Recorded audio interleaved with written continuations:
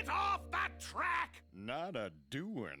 You're gonna stop because that's what you do when you're faced with an irresistible force.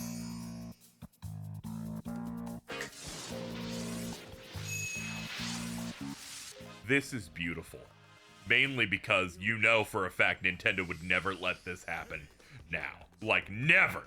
Hey everybody, this is KZ, and today, on this most beautiful of days, we're talking Donkey Kong. One of my favorite franchises from Nintendo. I've loved it for pretty much my entire life. I grew up on these games among many others. And what I really liked about them is the style, the characters, the new identity that the country games were able to establish from the arcade games, and just the really cool atmosphere, as well as just how challenging they are compared to, say, Mario games, where I feel like they push you a little bit more with these games. Now, with Donkey Kong Bonanza almost out, a brand new revitalization of the franchise, the first 3D Donkey Kong game in over 20 years, and a bit of a new look for the big man, I've decided to make this wonderful video where I rank and, review every single Donkey Kong Country Trilogy level.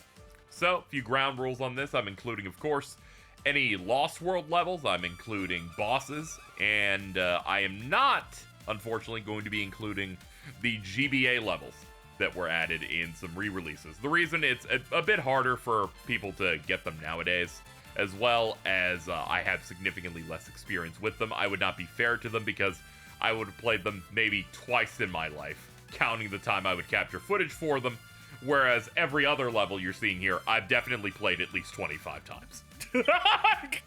That is lowballing it. I've had a lot of time to think about which ones I dread, which ones I love. And, yeah, so definitely the best way to do it. Everyone has their own way that they do rankings or top lists and stuff like that. And you come to realize they're all hypocritical in some way, or they're all doing something that may be a bit off. And the way I'm doing, probably off as well. That being said, we do have a tier list that I've made for this, and it goes in the general type of rankings you're looking for. The very bottom is get me out of here for any level that I dread getting into. I don't like it in almost any way, or I want to get through the level quickly so I can get to something else. Then we enter Kinda Rough, where it's not as bad as that, but we're kind of pushing our way up here. I'm still also kind of like, I'd rather not whenever these come up. Then we get to It's Fine, where it's like, oh, this is alright, either it's a little too easy, or it's not firing enough neurons for me. It's just like, we're glazing through. And then we hit the good half, starting with good, where it's like, oh, this is a good level. I'm having a great time here. Then, speaking of great times, we have great, where, oh yeah, now this is a level, alright. Having a great time with it. We're just moving through some decent mechanics, nice atmosphere. And then we have the tier Peak DKC, where it's levels I'm actively looking forward to every single time I play the game. They're some of the most iconic ones, and they're just ones that I personally enjoy the most. And that's how we're ranking these. I'm going to rank them left to right as I put them on the tier list, which will make it easier for organizational purposes when I end this video with a countdown of the top 134 Donkey Kong Country levels. I'm going to go insane. We got a lot to dig into here, and I'm happy you're here with me. So let's get started ranking and reviewing the Donkey Kong Country Trilogy levels. Let's do it.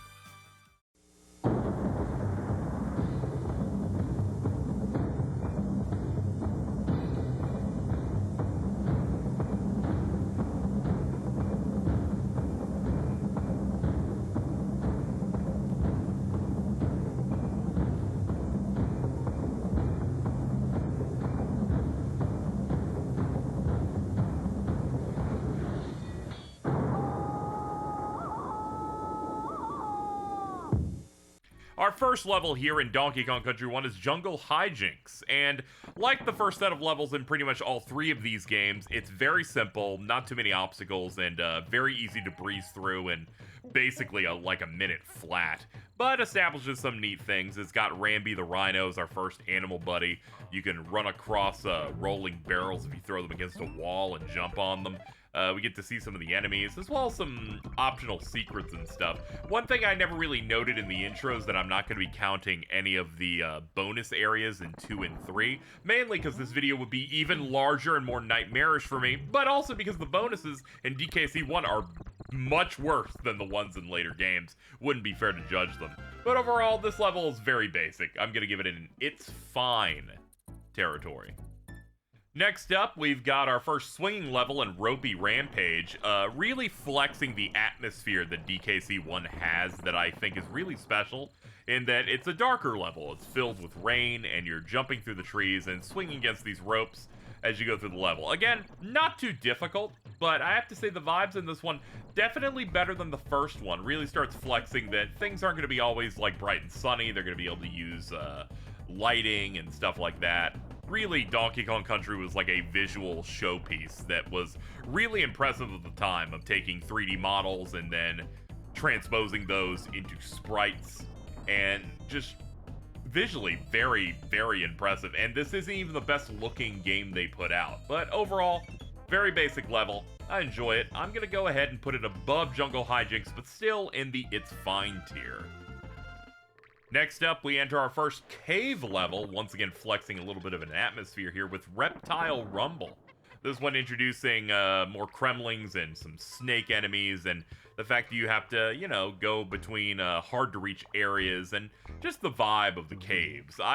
Overall, if I had to think about the different cave levels, this is definitely up there. I definitely like it better than DKC3's cave levels, and the way that sound has been adjusted to have a little bit of an echoey vibe to it. And overall, I would definitely say that this is the best level so far. That's right, baby. We're once again getting another level ranked in It's Fine and above the previous two. Isn't this amazing? I promise you, this video will eventually become interesting, but you must understand, the first world, very basic, but maybe we can get some good music in there to fix things up. Is it possible for a level that's basically fine to level up through the power of amazing music? That is right. We can do it, and it happens here in Coral Capers, the first underwater level in Donkey Kong Country. It, of course, has the iconic David Wise track, as well as introducing Ungard, our second animal buddy, which is maybe my favorite. I don't know, it's just a fun swordfish. It's fun to stab various little fish enemies and sharks. And the vibe's just really, really nice. They definitely nailed it immediately with their water level. That said, I'm not the hugest fan of DKC1 water levels. Mainly comes down to, I think the default fish enemy is pretty terrible and is outdone by pretty much every other fish we get in later games, but this is still an absolute vibe in one of the iconic Donkey Kong Country levels. I'm not going to gas it up too much, though. There are definitely better ones in this game, but I am going to give it comfortably our best level so far, making it into the good territory. Heading into our last level of the first world of DKC1, we have Barrel Cannon Canyon, a level name so weird to say for me that I've done 5 takes of just this part. This level, definitely more complicated, definitely way more challenging than the other ones that came before it. This is definitely one where you're actually at risk of losing lives at any given point. There's also some interesting skip stuff in this. You can almost immediately skip to the second half of the level if you use some proper platforming in the upper areas, making use of the barrel cannons. And then they really test your mettle and timing of making sure that you can shoot from barrel to barrel and try not to fall into stuff or crash into enemies. Overall, very, very solid level. I have it about at the same quality generally as Coral Capers, but I think I'm gonna give the edge to Coral Capers just because I think the water track's just better overall, but definitely pretty solid level and a good finish to the first world. With this, we finally reached the big one. That's right, baby, boss fights. DKC1 boss fights are uniformly quite bad. They try to improve them a bit in the GBA port, but we're not playing those, so what we have here is Very Naughty's Lair. You jump on a beaver about like 4 or 5 times. It lasts about 30 seconds. I'm running out of time, so we're just gonna go ahead and put this in kinda rough. That's just it. We're just putting it there. They could maybe do better. Our first level of World 2 is Winky's Walkway, Winky being the frog. In this one, you jump across platforms, avoid birds, and whatnot. There are still beavers, but you have a frog. It jumps real good. It's nice. I've run out of things to say. You know, it's only been 20 seconds. Oh, damn. Well, this is another basic level. The challenge really comes from there being more gaps that you can fall into. But overall, we're looking for something a little bit more challenging. Thankfully, our next stage is going to give that to us. I'm going to just say this is probably... it's fine. I'm going to say it's fine. I'm going to put it ahead of, I would say, the first level. So, Jungle Hijinks. So, we'll do that. Alright, coming in for Minecart Carnage, I believe it's called. This is level 2-2. It is the first minecart level. There are two different types of minecarts you get in these types of games. One where you jump to control the cart itself, or you jump to control the Kongs in going up and down. Which is nice. They give you two different flavors for it. We control the cart here, trying to make it to the other side. A lot of gaps, so many ways that you can die here. You can even miss the continue barrel to give yourself that checkpoint. Overall, it usually is going to rely a little bit on memorization. This level as a kid, so difficult, and you haven't unlocked the save point yet. So I remember many times I would constantly have to go refight the first boss and then do Winky's walkway going to this, which kind of explains how much of a easy level that first one is, because they're really stepping on the gas here. Anyway, I'm gonna give this our first great level. Has everything I'm looking for in a decent DKC level, in which that it's nice and challenging, and the gimmick's really enjoyable, and it's definitely one of those levels you kind of look forward to a little bit when getting into the game. So, there we go. Next up, we've got Bouncy Bonanza, which is another cave level, but it is stepping on the gas a little bit more in terms of enemy density. The gimmick here is that you get access to Winky the Frog again, but you also have way more tires that you can bounce on throughout the level. So there's a lot more jumping and bouncing around, hence its name. More times where you have to time things correctly to dodge random bees and other enemies around the area.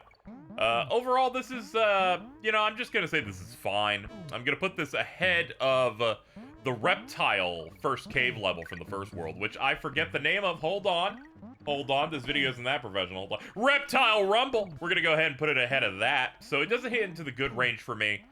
But that said, it's fine. We're a little over halfway through World 2, moving into Stop and Go Station. Now we got a very unique mechanic. So we have these evil, I think they're called like rock crocs or something. They are cryptid, awful gators. Just, they seem to be on bath salts. You have to hit these barrels that oscillate between go and stop. And whenever they are set to go, those guys will stand up, have a hitbox, and just start running back and forth at you. It's kind of scary. I do remember, I played these when I was very young. And, these guys kind of creep me out a little bit. The vibe of this mining level with it seems a little bit more ambient as well, so it really adds to the atmosphere and the vibe of it. Definitely gonna put this one to the good range. I enjoy it as a gimmick. It's fun. They also have the claptrap enemies that are across the ground that also try to keep you moving and jumping around. I'm gonna go ahead and put it at the top of the good rank, beating out Barrel Cannon Canyon. Next up, we've got a new type of level in Millstone Mayhem. This is the, I guess, the Kremling-like temple area. I really like the vibe of these levels. It's not even used too much either. They have the naughties that are inside the stone wheels, which will become way more interesting in a later level. But even here, it's a nice, fun area to go through. There are various parts where you can, like, take the tire with you to platform a little easier. There's some fun secrets to find, and just trying to weave in between the stuff. Overall, I enjoy this one a decent bit. I'm gonna put this into the good range, but I'm gonna put it at the bottom, so it's gonna be right behind Coral Capers. Ladies and gentlemen, Necky's Nuts. Alright, so Necky's Nuts is the, it's the second boss of Donkey Kong Country. This one honestly might be easier than the last one. It's another like 30-second long boss. You jump up every single time after they shoot a nut. His skin eyebrows are showing. It's gross. It's rough. It's a very easy boss. I'm gonna put it over Very Naughty's Lair because it's called Necky's Nuts. All right, here we are in World 3. This is where I think the game starts to actually begin, in my opinion. So with Vine Valley, we start off with Vulture Culture, which I think is a pretty fun level. You're going through the new dense forest biome. Way more of the regular birds that I don't think they're necky, because then that would be... No, that's necky's nuts. I must not... I forget the name of them, because I know mini neckies are the really small ones that are shooting nuts at you, which are also present in this level. It's always fun to figure out what walls are the ones that you can break with various barrels. This is also a level that focuses on you using the barrels to go over big gaps and use that proper timing, but weaving in some bees in between it. Just teaching you and reinforcing mechanics you're already kind of used to here. Really love the theme in this place as well. It's definitely a lot of fun. And yeah, I think it's definitely solid, but where would it rank on this list? As I record these, I just have the list open as I slowly start filling this stuff in. And thinking about it, definitely a good level. I'm gonna go ahead and put it just... No, we're gonna put it at the top of good. I actually quite like it. That makes it the second best level ever. Is this true? I don't know.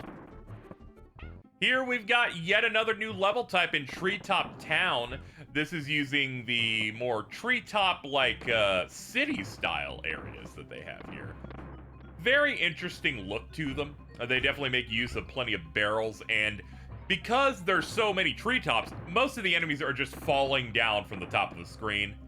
Various naughties and other horrible little enemies will come after you here. It's very easy to mess up in this one with the barrel cannon like sections of like, oh, I didn't time it right, I'm shooting directly into the floor. I believe there's at least one spot that's a safe spot that lets you reset. But overall, it's just another challenging one of how can we get you to die using the barrels, which is honestly one of DKC1's greatest and most used tricks. I'm gonna go ahead and put it above Barrel Cannon Canyon, its most similar level, I would say, in concept. And that's right smack in the middle of good. Our third level for Vine Valley is, of course, I forgot its name already, Forest Frenzy! So Forest Frenzy is, once again, reusing the forest style, but this time it's more focused on you getting on ropes that are gonna go across the screen, sometimes for small gaps, but much later in the level, for very long stretches, the challenge being you bobbing up and down to avoid various enemies, but they'll put little valuable things in there, like a Kong letter in a really densely packed spot, something tight to ensure that you maybe get hit. I like this level a lot. In terms of DKC levels, might be one of my favorites. So, one, it's gonna go to the very, very top of the list here. I'm gonna go ahead and put it in the top of great. I was thinking about, is this our first peak level? And I wouldn't necessarily put it there, but I definitely am comfortable putting it up there in that great slot of, these are levels I look forward into playing in here. But again, my rankings for DKC1 Levels is probably gonna be lower than some other people. Maybe, perhaps. I find it to be the weakest game, but I do like it quite a bit and respect it a bunch. It's like, oh, it's my least favorite of the trilogy. It's still like an 8.5 type of deal, you know what I mean? Anyway, let's move on. Top of great.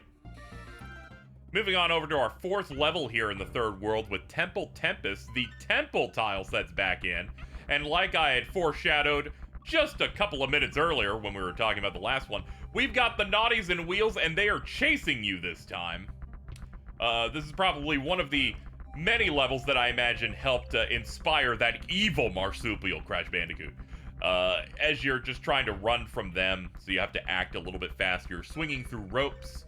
And overall, yeah, it's a better version of the previous level that we got in Millstone Mayhem. It's a fun trick where you play that first level and then you come to this one. It's like, oh, this entirely recontextualizes the naughty wheel enemy. So I'm gonna go ahead and put it into, yeah, we're gonna go ahead and put it in great. I'm joking a little bit. It's good though. It's good. Bottom of great, below minecart carnage. Next up for our fifth level here in World 3, we've got the Orangutan Gang. This introduces, I believe he's called Manky Kong. He is a mutoid monkey. Can I say that? He's a mutoid monkey that is horrible, throws barrels at you. Nobody likes his vibe. For some reason, he's just mean. You know, everybody has like a neighborhood where everyone's type, but there's always just that one guy where you're like, oh man, can you leave, please? And that is Manky Kong's role here. Reuses the default jungle tile set, but the atmosphere is nice as the sun is setting. A gorgeous gradient with it. You also get access to Espresso the Ostrich, which can be pretty good. That said, you cannot jump on Manky Kong with him. Unfortunately, that's the one weakness there.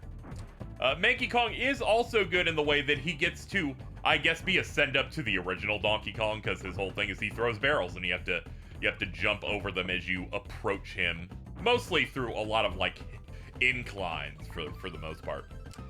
Anyway, that's pretty much all I'd have to say about the level. Overall, I would say it's good. I'm gonna go ahead and put it above Millstone Mayhem, but behind Coral Capers. So normally this would be where a boss would be if we were going by the usual order, but surprise, there's a 6th level, and it's Clam City. Yeah, this world decided 5 isn't enough. Let's get a water level in there, and this time focusing on the titular clams of Clam City. I don't know how people make videos like this, I'm gonna be honest. I am freeballing it. You can tell that I didn't script a single one of these. We're going off vibes, and that's how real ranking should go, my friends. The clams, they shoot out different amounts of pearls. You gotta be very careful about them. Once again, I find the most dangerous thing to be in any of these water levels. The awful fish in this that I hate. I much prefer both the flotsam and the clownfish in later games. These just feel like their speeds can sometimes be a bit too fast, and water levels, especially in DKC1, feel like you have to go way slower, just because sometimes it's just the thing is right in front of you, and you just take some hits you don't want to go for. But overall, Clam City, I feel like manages to not be too much of a nightmare compared to a later water level that we will soon be talking about. So I think where it's gonna land for me is in between Vulture Culture and Stop and Go Station in good. Ending pretty decently on this world. Onward to the boss. Big news, everybody. Our boss is called Bumblebee Rumble. The type of thing I would expect being a name of a Disney Channel original movie. This is what I'm going to say is no doubt the best boss in the game that isn't the final boss. Not only is it about double the length of the other ones, it has a clear attack and defense stage that feels way more involved, as every single time you hit the giant ass bee, it becomes red, invulnerable, and just keeps trying to attack you in a zigzag formation that gets longer the more you end up hitting him. Overall, Queen Bee, pretty damn good. I think really successful compared to the other ones. That's why I'm gonna go ahead and put it comfortably into, you know what? I'm gonna put it at the top of It's Fine above Bouncy Bonanza. It's good for the other bosses, but we can't say it's that amazing. You know what I'm saying? All right, let's go. We've made it to the snow world, folks. We are here in Snow Barrel Blast. This might be the hardest level in the entire game. They're like, welcome to World 4. Welcome to hell! Welcome to hell, motherfucker! Well, now that we've established that, here in the snow level... Here in the snow level, you basically are presented with an incoming blizzard as you continue to progress forward, where it starts to just become even hard to see. And with that, you're weaving through enemies and are introduced to the barrels we've been using, where it's like, oh, we get in the barrel, it spins, and then we try to shoot over to the next one. But for the longest time, they've been doing like 90-degree turns or 180s. These are a full 360, which makes the timing on it way more difficult. On top of that, it's long sections of it, plenty of bees, and the blizzard obscuring your vision. It just makes this a level that is quite dreaded, I feel like.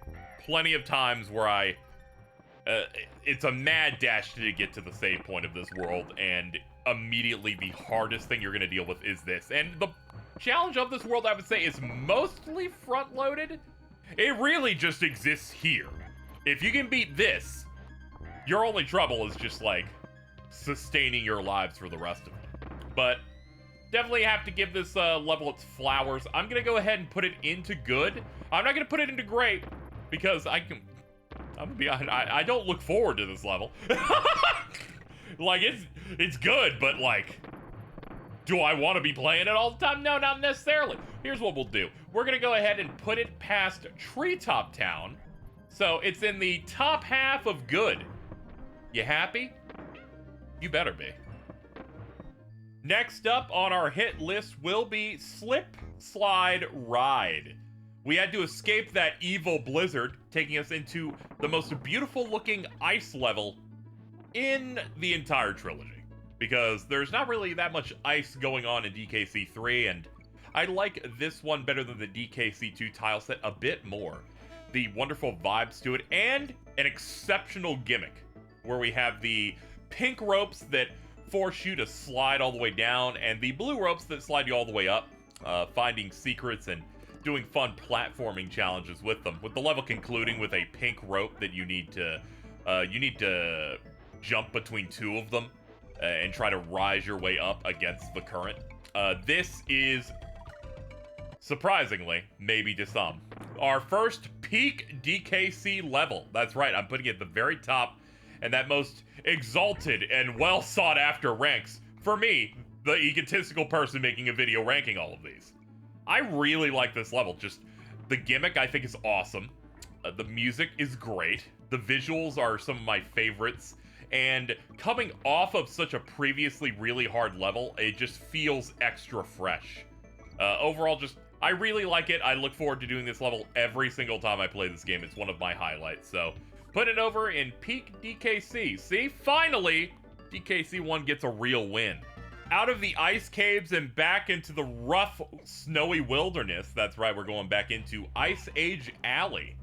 And these first 3 levels tell a story. You start in the first level, and it's not really snowing too hard yet, and then it becomes a very tough-to-see blizzard. We escape into the beautiful ice caves. We come out into the 3rd level, still a blizzard, but you don't have to go too far before the snow finally starts to let up, and then the sky ends up going from an ugly gray to a nice blue. And I really like the way they tell a story through the levels as you play them, which I feel like is unique, especially to 1. I feel like there are times that it's used in the other games, but I feel like it's never been more present than it is in DKC1 of trying to build an atmosphere and flex the different ways they can make levels look, even if they use the same level styles. As for the level itself, since I haven't really talked about that, it's fine. It's a swinging level. You're jumping around. There are plenty of clap traps on the ground trying to stop you from being comfortable on certain ledges and whatnot. We have more manky Kongs. It's, I'm gonna go ahead and say it's fine. That said, I will put it pretty high up in fine. I'll put it past a Bumblebee Rumble. It is the most fine level we have at the moment. It's time for another water level. This time it's Croctopus Chase, which, I'm gonna be honest, the Croctopus is just an octopus with absolutely no crocodile motif to it, so I really don't know why. I just feel like King K. Rool is just, like, employing other animals at this point. Is everyone cool with me calling an octopus an animal? If sound off in the comments down below. We've also got, the jellyfish enemy, which I believe are called Squidge. Great name, giving that one a solid 8. This level, in terms of water levels, pretty good overall. Definitely challenging. You have the Croctopus in small pockets in the reef, and then they will chase you once you pass them, all the way until you see another, small gap that they can stay in, where they will just hang out there. I don't like these predators, if I'm being honest. They're just waiting for their opportunity to hurt me. Not a fan. But overall, yeah, fairly safe water level. There's not too much else to say about it. I'm kind of just wrestling where I'd like to put this level in terms of, the whole pantheon here. And I think I'm going to go ahead and put it, honestly, I'll put it above Clam City. I don't think I like it more than Vulture Culture, but I do think it's a better water level than Clam City, so that's where it has to live. It's going to have to start paying rent, too.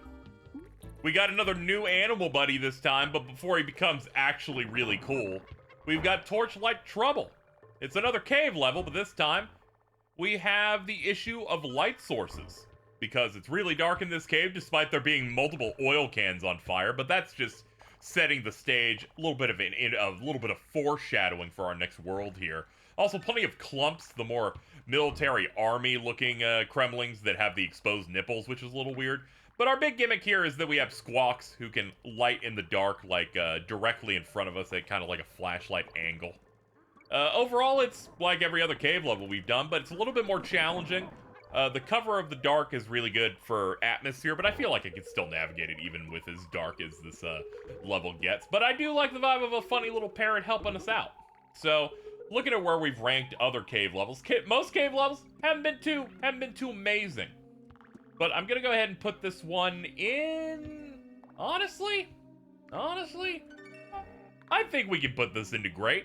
I think it's just challenging enough and pushes you enough. And I do think it's better than Vulture Culture. So I'm going to go ahead and put it in great at the very bottom, right below Temple Tempest. Good for you. Hey everybody, welcome to Rope Bridge Rumble, the final normal level for World 4. Now, I think you've noticed by this point in me recording and presenting all of these levels, in that I just go off vibes. It's almost like I'm making offers to myself of, here's where I think I can put you, level inside my head. This time, we're, of course, going back to the style of Treetop Town. Now it's more of a purple, and focusing a little bit more on platforming, less on the constant use of the barrels. Usually using like a moving platform on a tire to get across places to dodge various bees and other enemies. Overall, I'd say this is pretty good, and I think it's better than the Treetop Town levels. Just from the fact that there's less of the barrel challenge, which I feel like I die in that one way more. But overall, I think it's pretty good. I think where I'm going to end up putting it, though, would be... here's what I'll do for you, you nice little level. I'm going to go ahead and put you past Croctopus Chase. I don't think it's better than Vulture Culture. I don't know what has me so enamored. It might be the music. Sometimes a song is better, and then that's the only reason it wins. It's time for another iconic boss. They're reusing an old one. Really Naughty Rampage. It's not very naughty, it's really naughty. So whenever you jump on him, he then gets upset and then jumps really high and then does an additional jump every time there's an additional hit. We're done. There's nothing else to say. It's rough. It's rough. We're gonna put it after Very Naughty, but we're not putting it above Necky's Nuts because you gotta really give me a good argument up because that's a really good name. Shout out to Necky's Nuts. You can hear it right from the opening notes that this is gonna be a cool ass world and a very good level. We're in, I think it's called Creme Croc Industries with its first level, Oil Drum Alley. And I'm just gonna give it away from the start. We're putting this in peak Donkey Kong country. Much like in a JRPG, it's really cool when you go to the techno labs and the more technologically advanced areas. I feel the same here. We had a little bit of foreshadowing in Torchlight Trouble of burning oil canisters, but this is where the Kremlings are doing all of their evil factory work. And the vibes from the music to just running through this level, taking things out, it's just really fun. Just going from the jungle areas to a more mechanized area filled with pipes and stuff in the foreground and the chains. It's just, I love this level. And a lot of it is done through the really great music. And I would say the best part of the level is obviously toward the end, where you have to time on jumping onto oil cans in the middle of the air and then timing it based on when the fire recedes, when it goes for a more strict pattern. But yeah, really great level. I'm gonna go ahead and put it below Slip Slide Ride though, because that's just one of my favorites, and it just barely doesn't hit it, but we might have better luck in the future. Next up on our list is Trick Track Trek. This level is yet another one that's using the more mining style levels, which I don't find to be the most engaging of the level types, because obviously it starts with Winky's Walkway, and so they're a little bit more minimal. This one, though, you're on a track, it's just automatically moving. So we've got a bit of an auto-scroller where we have to reposition because there's a ton of birds just trying to attack you and other obstacles. The most interesting part of the level is when they start putting enemies on platforms where the enemy can walk off and try and land on the platform with you. And that starts to make it a little bit interesting, but overall, I find that there's a much better execution of this level way later in the game, and I say way later as if we don't have another world left after this. But I feel like it's executed a bit better, so I'm going to go ahead and put it at the top of It's Fine. Not everyone can succeed. C's get degrees.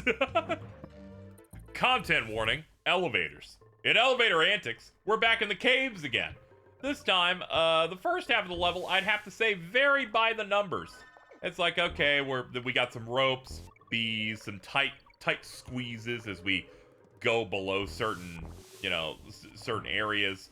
And it only gets interesting in the second half when they introduce the actual elevators, where you have to jump between them, time things so you don't fall into the pit before the elevator below you spawns. Some tight platforming in that way, which I guess would mean that I do kind of find it to be the best cave level so far, purely on execution. So I'm going to edge it out over the last cave level we did, Torchlight Trouble, which mainly was gliding on both being challenging but with atmosphere. But I find this one a little bit more engaging to play through, so I'm going to go ahead and put that there, which puts it into the great category. Folks, here we are, 5-4, Poison Pond. This, in my humble opinion, is the worst level in this game. It is a water level. It is ugly, it is green, it is smoggy. We've got our monkeys in doo-doo water, and it has possibly the worst section, I think, in any of these games. I complained about not liking the fish in this. I'm fine with the sharks, I'm fine with the spiked wheels. I do not like the fish and the varying speeds they come in at, and it just kind of feels like very hard to react given how slow you are to adapt to swimming in the water. And that last section that this level has where you have to weave between so many of the fish going at varying speeds, and it's just, I never look forward to this level. I just do not like it. I'm not one of those people that is against water levels and 2D platformers. I actually like them a decent bit. But this one, just not great. Not great. That said, I'm gonna have to put it into the kinda rough section. And you may go, it's beating Necky's nuts, right? That's just a weak boss fight. I'm sorry to say, the name gives it some power, baby. You're gonna have to really work it in the It's Rough to be able to beat Necky's nuts, my friends. Oh, good heavens! It's madness. No, this is minecart madness. If I had done a Sparta joke there, you would have gotten this video taken down. You're like, you're too cringe to live, my friend. But I was so close to doing it. Has anyone seen the hit film Meet the Spartans? So in this minecart level, as I had mentioned in the previous one, back on level 2-2, sometimes you don't control the cart when you jump. This time you control the Kongs. This means you're more focused on jumping over into new carts as you go, as well as jumping on enemies or avoiding bees. If I had to think about like how this ranks compared to the previous one, I would say that it is better. I actually like this level quite a bit. Just the timing of it, toward the end you're jumping on Kremlings that are also in their own carts so you can commandeer them. Honestly, yeah, I'm putting it in peak. I'm putting it in peak. I'm gonna put it right below Oil Drum Alley. Minecart Madness is like one of the best levels in this game, which is great. A good way to detox from one of the worst ones right before this. Also, shout out to Necky's nuts. And here we go, level 5-6. The last time any world in this game goes beyond a 5 in terms of its level count, we have Blackout Basement. It is like Oil Drum Alley. It's using that factory style to great effect, but sometimes it doesn't want to use an aesthetic at all, because the gimmick is that all the lights turn out every like couple of seconds. The only thing you can see when the lights are out are, well, you. And that makes it very difficult because enemies can just hide in here. At any point, you can just get completely washed. But the only thing guiding you being like bananas and like tag barrels and yourself, you just gotta really take this one carefully. And I gotta say, it's a very good level. Just the factory has just some of my favorite vibes in it. And this is the one time I'm gonna say it. I think, if I'm really thinking about it, this is the best level of the game at this point in time. So I'm gonna go ahead and put it in peak above Slip Slide Ride, just from the fact that I love how challenging it is. As much as I love Slip Slide Ride for the vibes and the aesthetic and everything, that level's just like pretty easy, you know? So I'm gonna have to lock this in as our top best one. Let's move on to the boss. I sure hope it's better than Necky's Nuts. Ladies and gentlemen, I have horrible news. Welcome to Boss Dum Drum.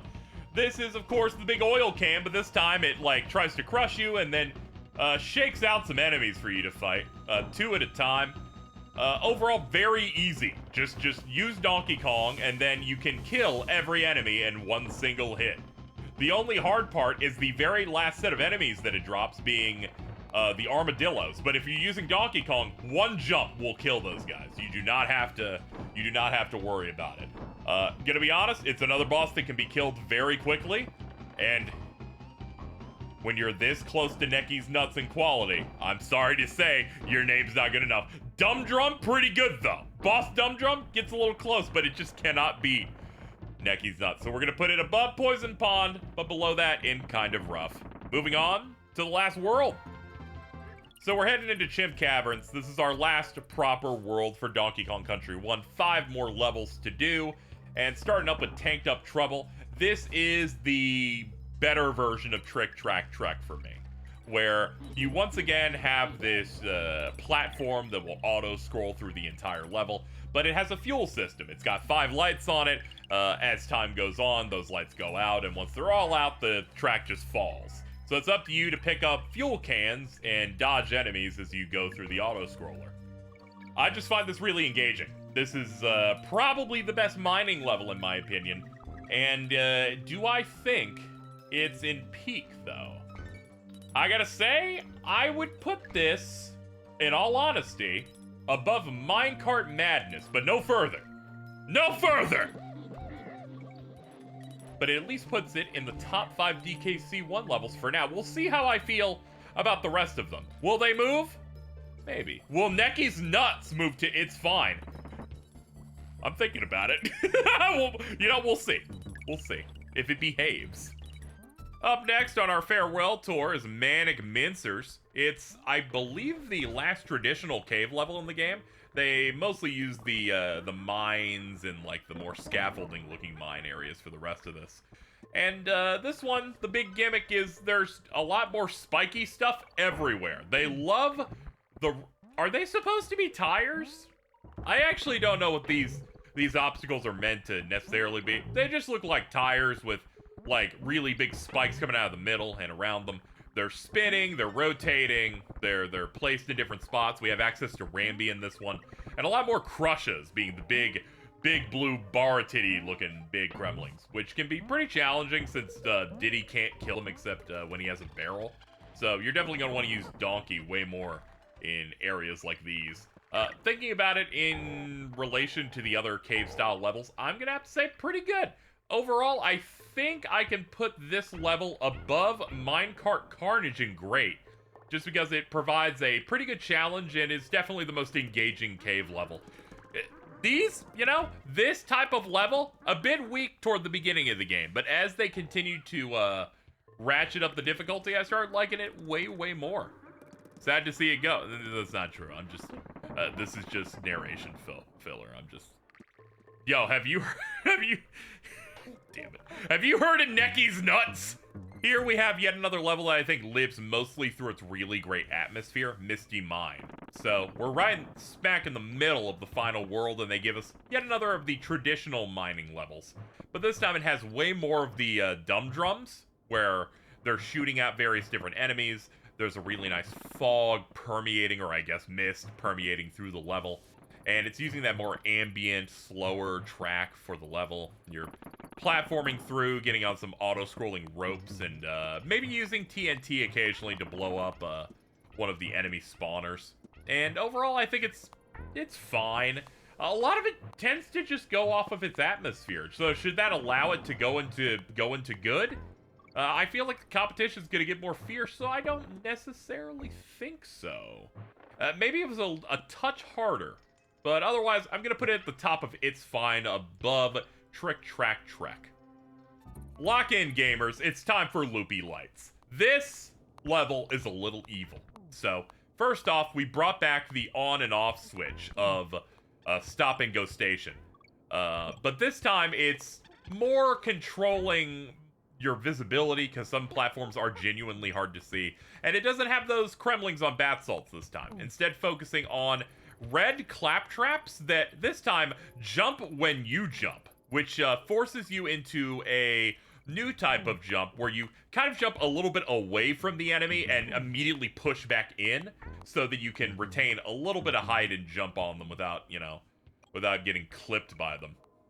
Between this and just trying to figure out how to keep the lights on, it can be pretty challenging. It once again has that nice low atmosphere in here. The music is very calm, but maybe builds that little bit of anxiety. But I'm thinking about where I would like to put this level overall, and I'm gonna be honest, I don't really like it that much. I'm gonna go ahead and put it in It's Fine. Just because you're challenging doesn't mean I'm like super into playing it. I'm gonna go ahead and put it below Ice Age Alley and past Bumblebee Rumble. I just really wanted to say, I was so excited to say Bumblebee Rumble. So, you know, the British at times had good alliteration. This is it, folks. The final normal level of Donkey Kong Country 1 Platform Perils. Not to be confused with the Mario Party minigame. In Platform Perils, you find yourself into the more up in the air mine type area that I'm the least interested in from a level concept. This time, we have platforms where the arrow tells you what direction they're going, up, down, left, or right. And you have to jump on them and then clear them before they fall down. They start shaking, and then you're gonna have to jump over to the next one or some other platform.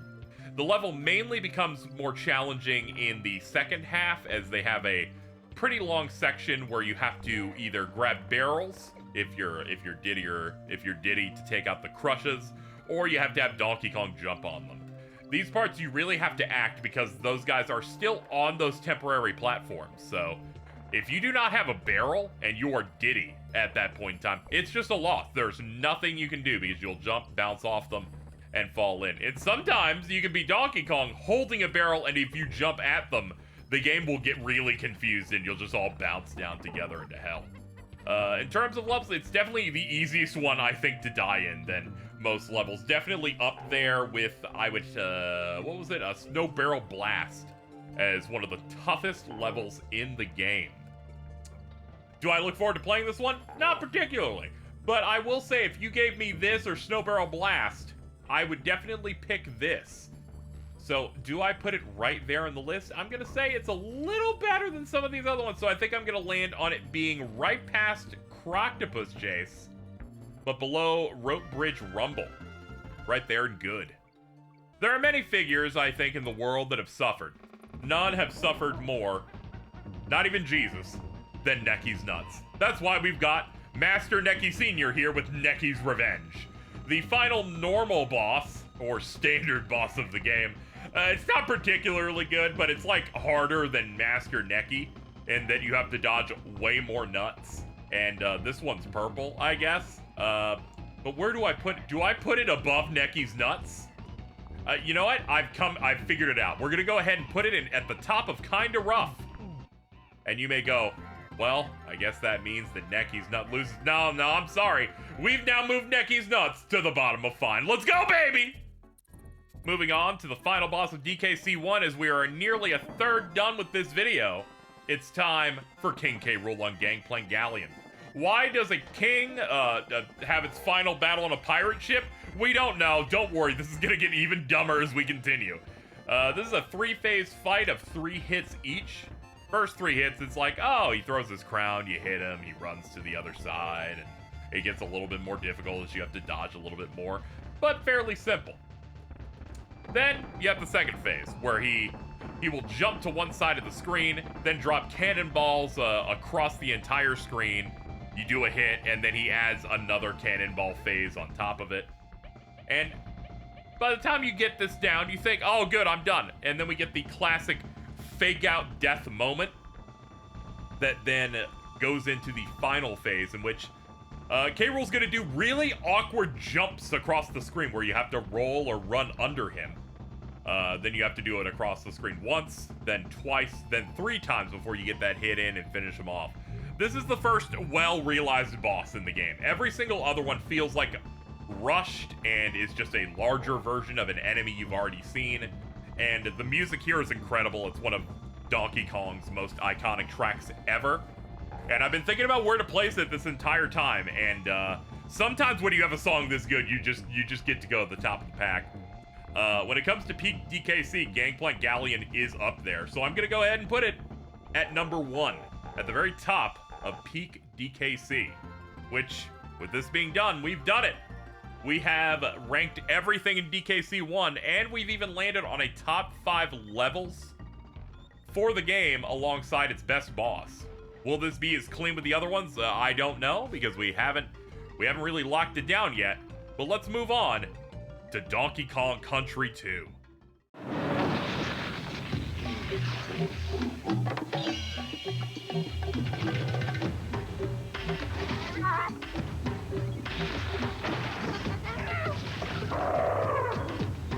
The beast is back.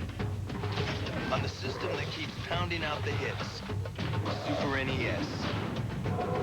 Donkey Kong Country 2, Diddy's Conquest. It's even tougher than the original.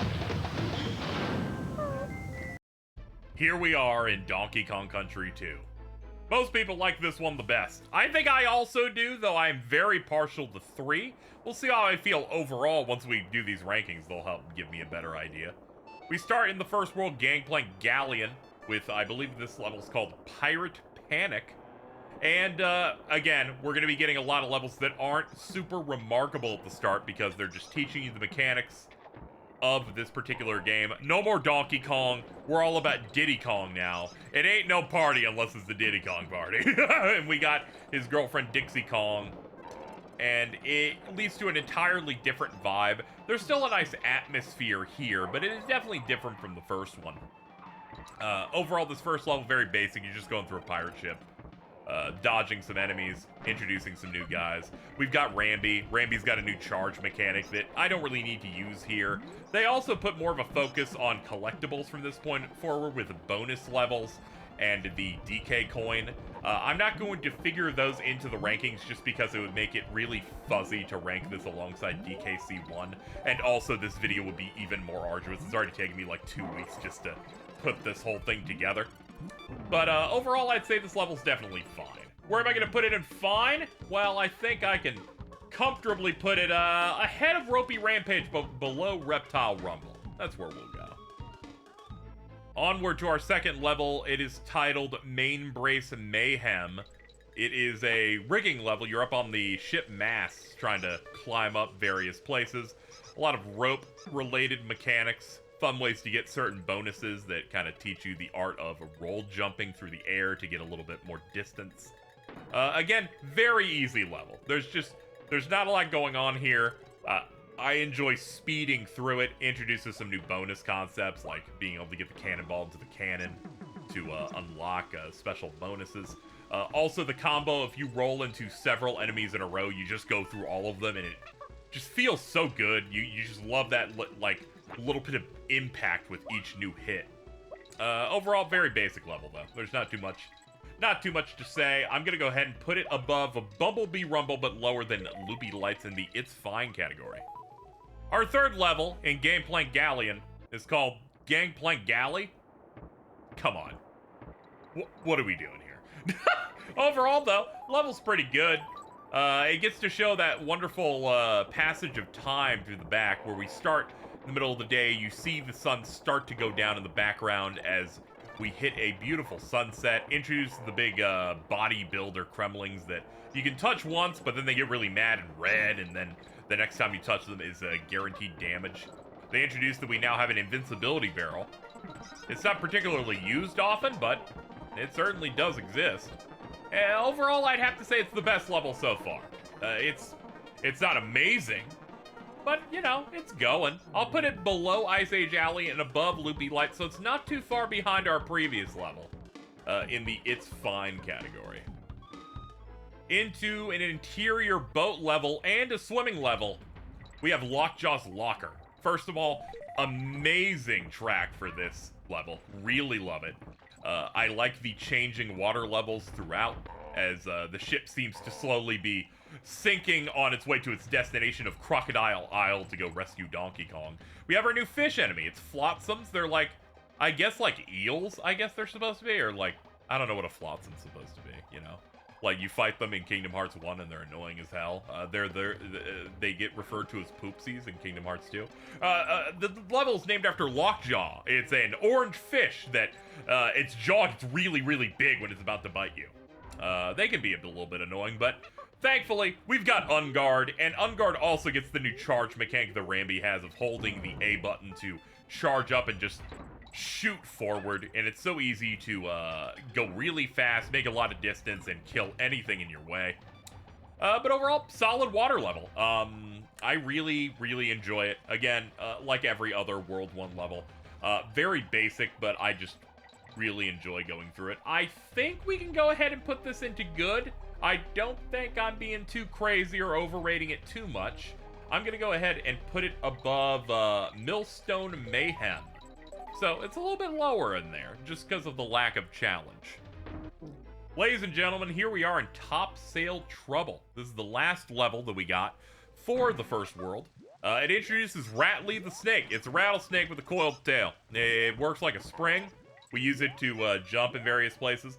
Rattly doesn't get a lot of use. He gets one really cool level, but overall I don't think he gets a lot of play. Though it could just be because I don't like him very much. I think I'm erasing in my mind times we use him just because I'm not a big fan of him. I don't know. There's so many better animal buddies in this, and one of the best ones, we haven't even seen Squitter yet. So, for this level, we're ascending all the way on the top of the ship in this bad weather. First section, you get to use Rattly. Second half of the level, you're climbing through ropes, dodging the orange Kremlings that make the slide whistle when they go down, or you're dodging the bees that are either moving or are stationary on ropes. Overall, I'd have to say it's fine. I didn't take it this where I put it into good, then went, I don't like it that much. Overall, I would have to say that, due to it being a little bit more challenging, I'm gonna go ahead and put it above the third level, Gangplank Galley, but below Ice Age Alley, which I feel like is the ultimate representation of mid in the entire list.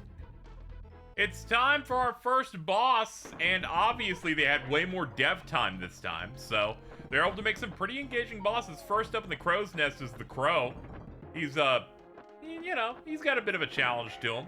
You can make it go a little bit faster when you jump on the eggs that it drops to kind of slam them onto the ground faster. Halfway into the fight, he gets a little upset at you, starts shoulder checking the nest to get more eggs to drop, and then gets a little confused.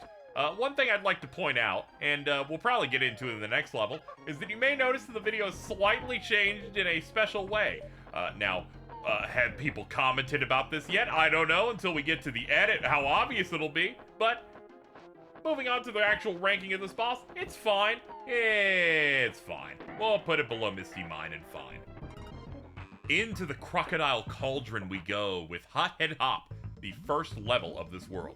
So I have a confession to make. Alright, so I watch the levels as I record these for my takes to give myself a nice idea of the level and remind myself of some features I may want to hit on. Unfortunately, I had my mic settings set up so you could hear the level through my own narration.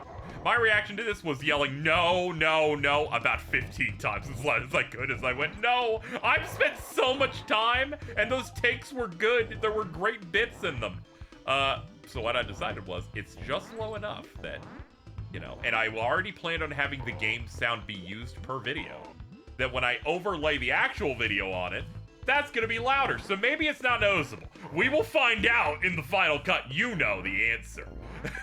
You know before I do. But I'm sorry, those takes were just too good. See, this is why I'm not a professional YouTuber, alright? This is why I just do stream stuff, because clearly I'm incompetent. Moving on to the level itself, you're jumping between a variety of different crocodiles. The green ones stay in place when you land on them. And then the brown ones go "Wah!" as you bounce off them and get launched. This also introduces Squitter, one of the best animal buddies. Obviously, very privileged, very rich, because he can afford so many pairs of shoes. You can both attack by shooting webs or make web platforms that you can move on with directional input and stop them in place by hitting the button again. Overall, solid level. The music also great. Not gonna be listening to it because of a certain problem that we've been having.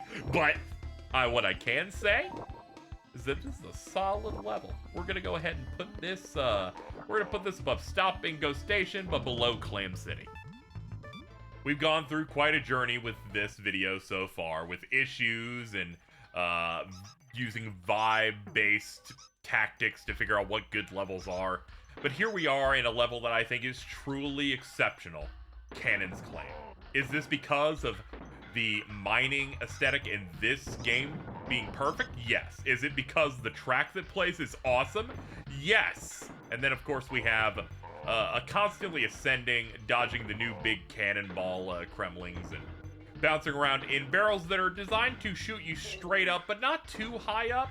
So you have to maneuver to new ones or try to reach certain heights. Just overall, this is just a great level. I cannot believe that the mining style level in this is used 3 times only and has a track this good and has vibes this immaculate. Overall, I gotta say, this is a very good level. I enjoy this one quite a bit. I am actually thinking about, do I put it up into the peak area? For now, I'm going to. It might move. But for now, yeah, we're just gonna go ahead and put it into peak DKC. Honestly, yeah, at the bottom of it. I don't think we need to beat up tanked up trouble just yet. We might reorganize it a bit. We'll figure it out. Wait! I've changed my mind. Put it above tanked up trouble.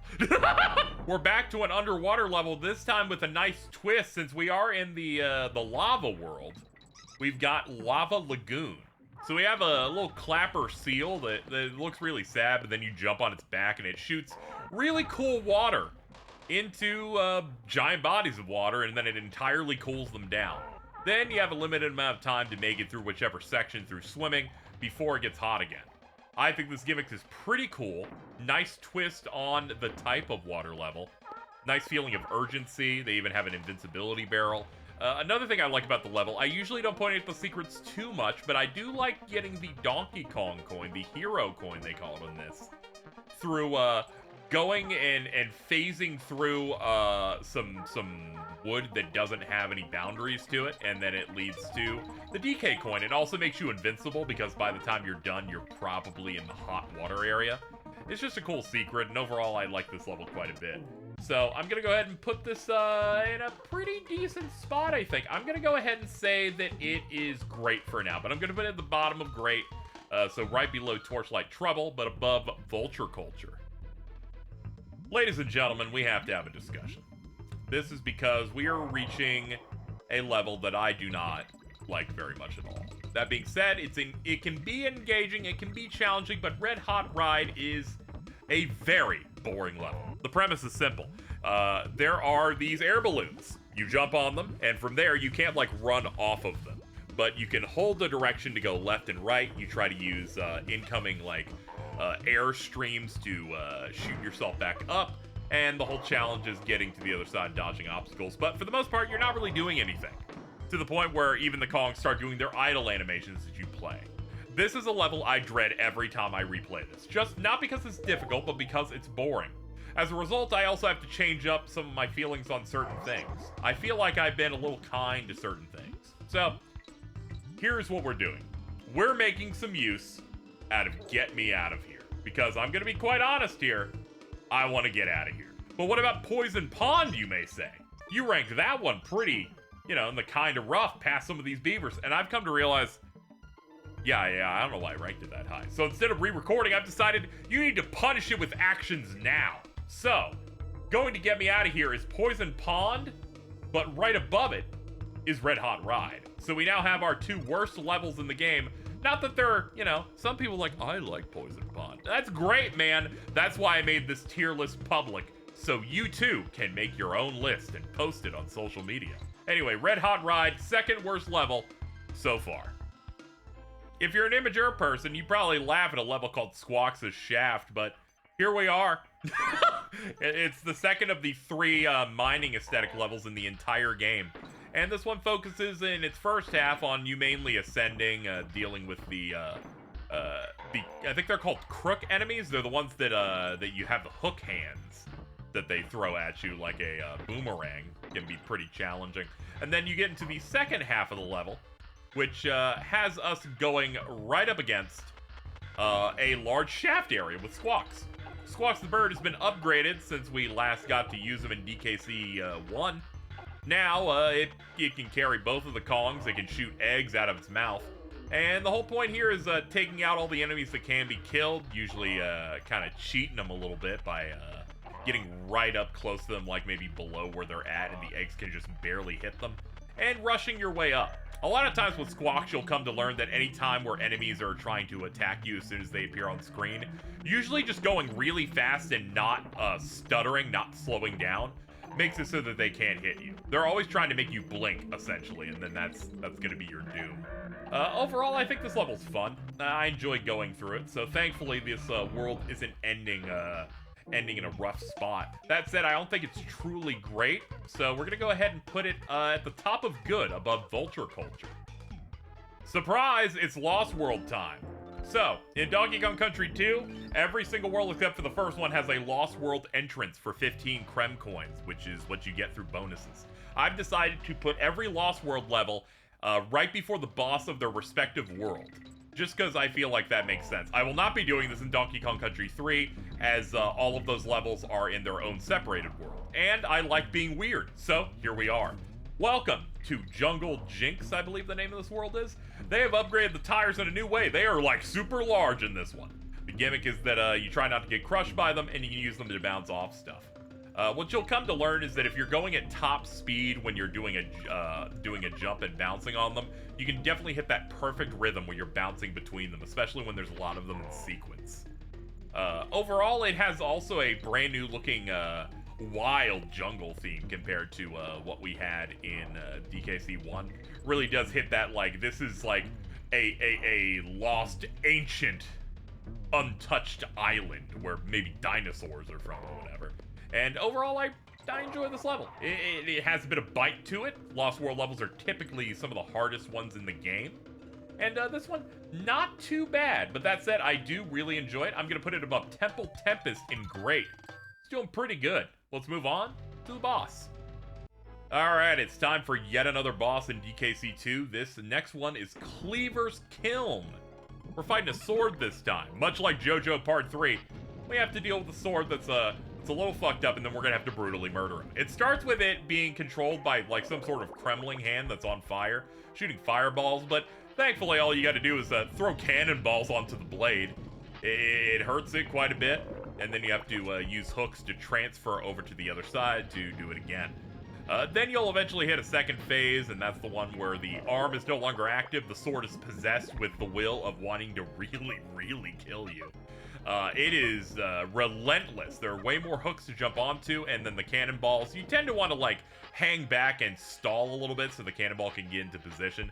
Dixie is the best for this fight because she can hold the cannonball over her head, and then the sword will just land on top of you if you position correctly, and it just feels so good. Overall, pretty cool boss, if I'm being honest. I really like this one a lot. It's simple, but cool.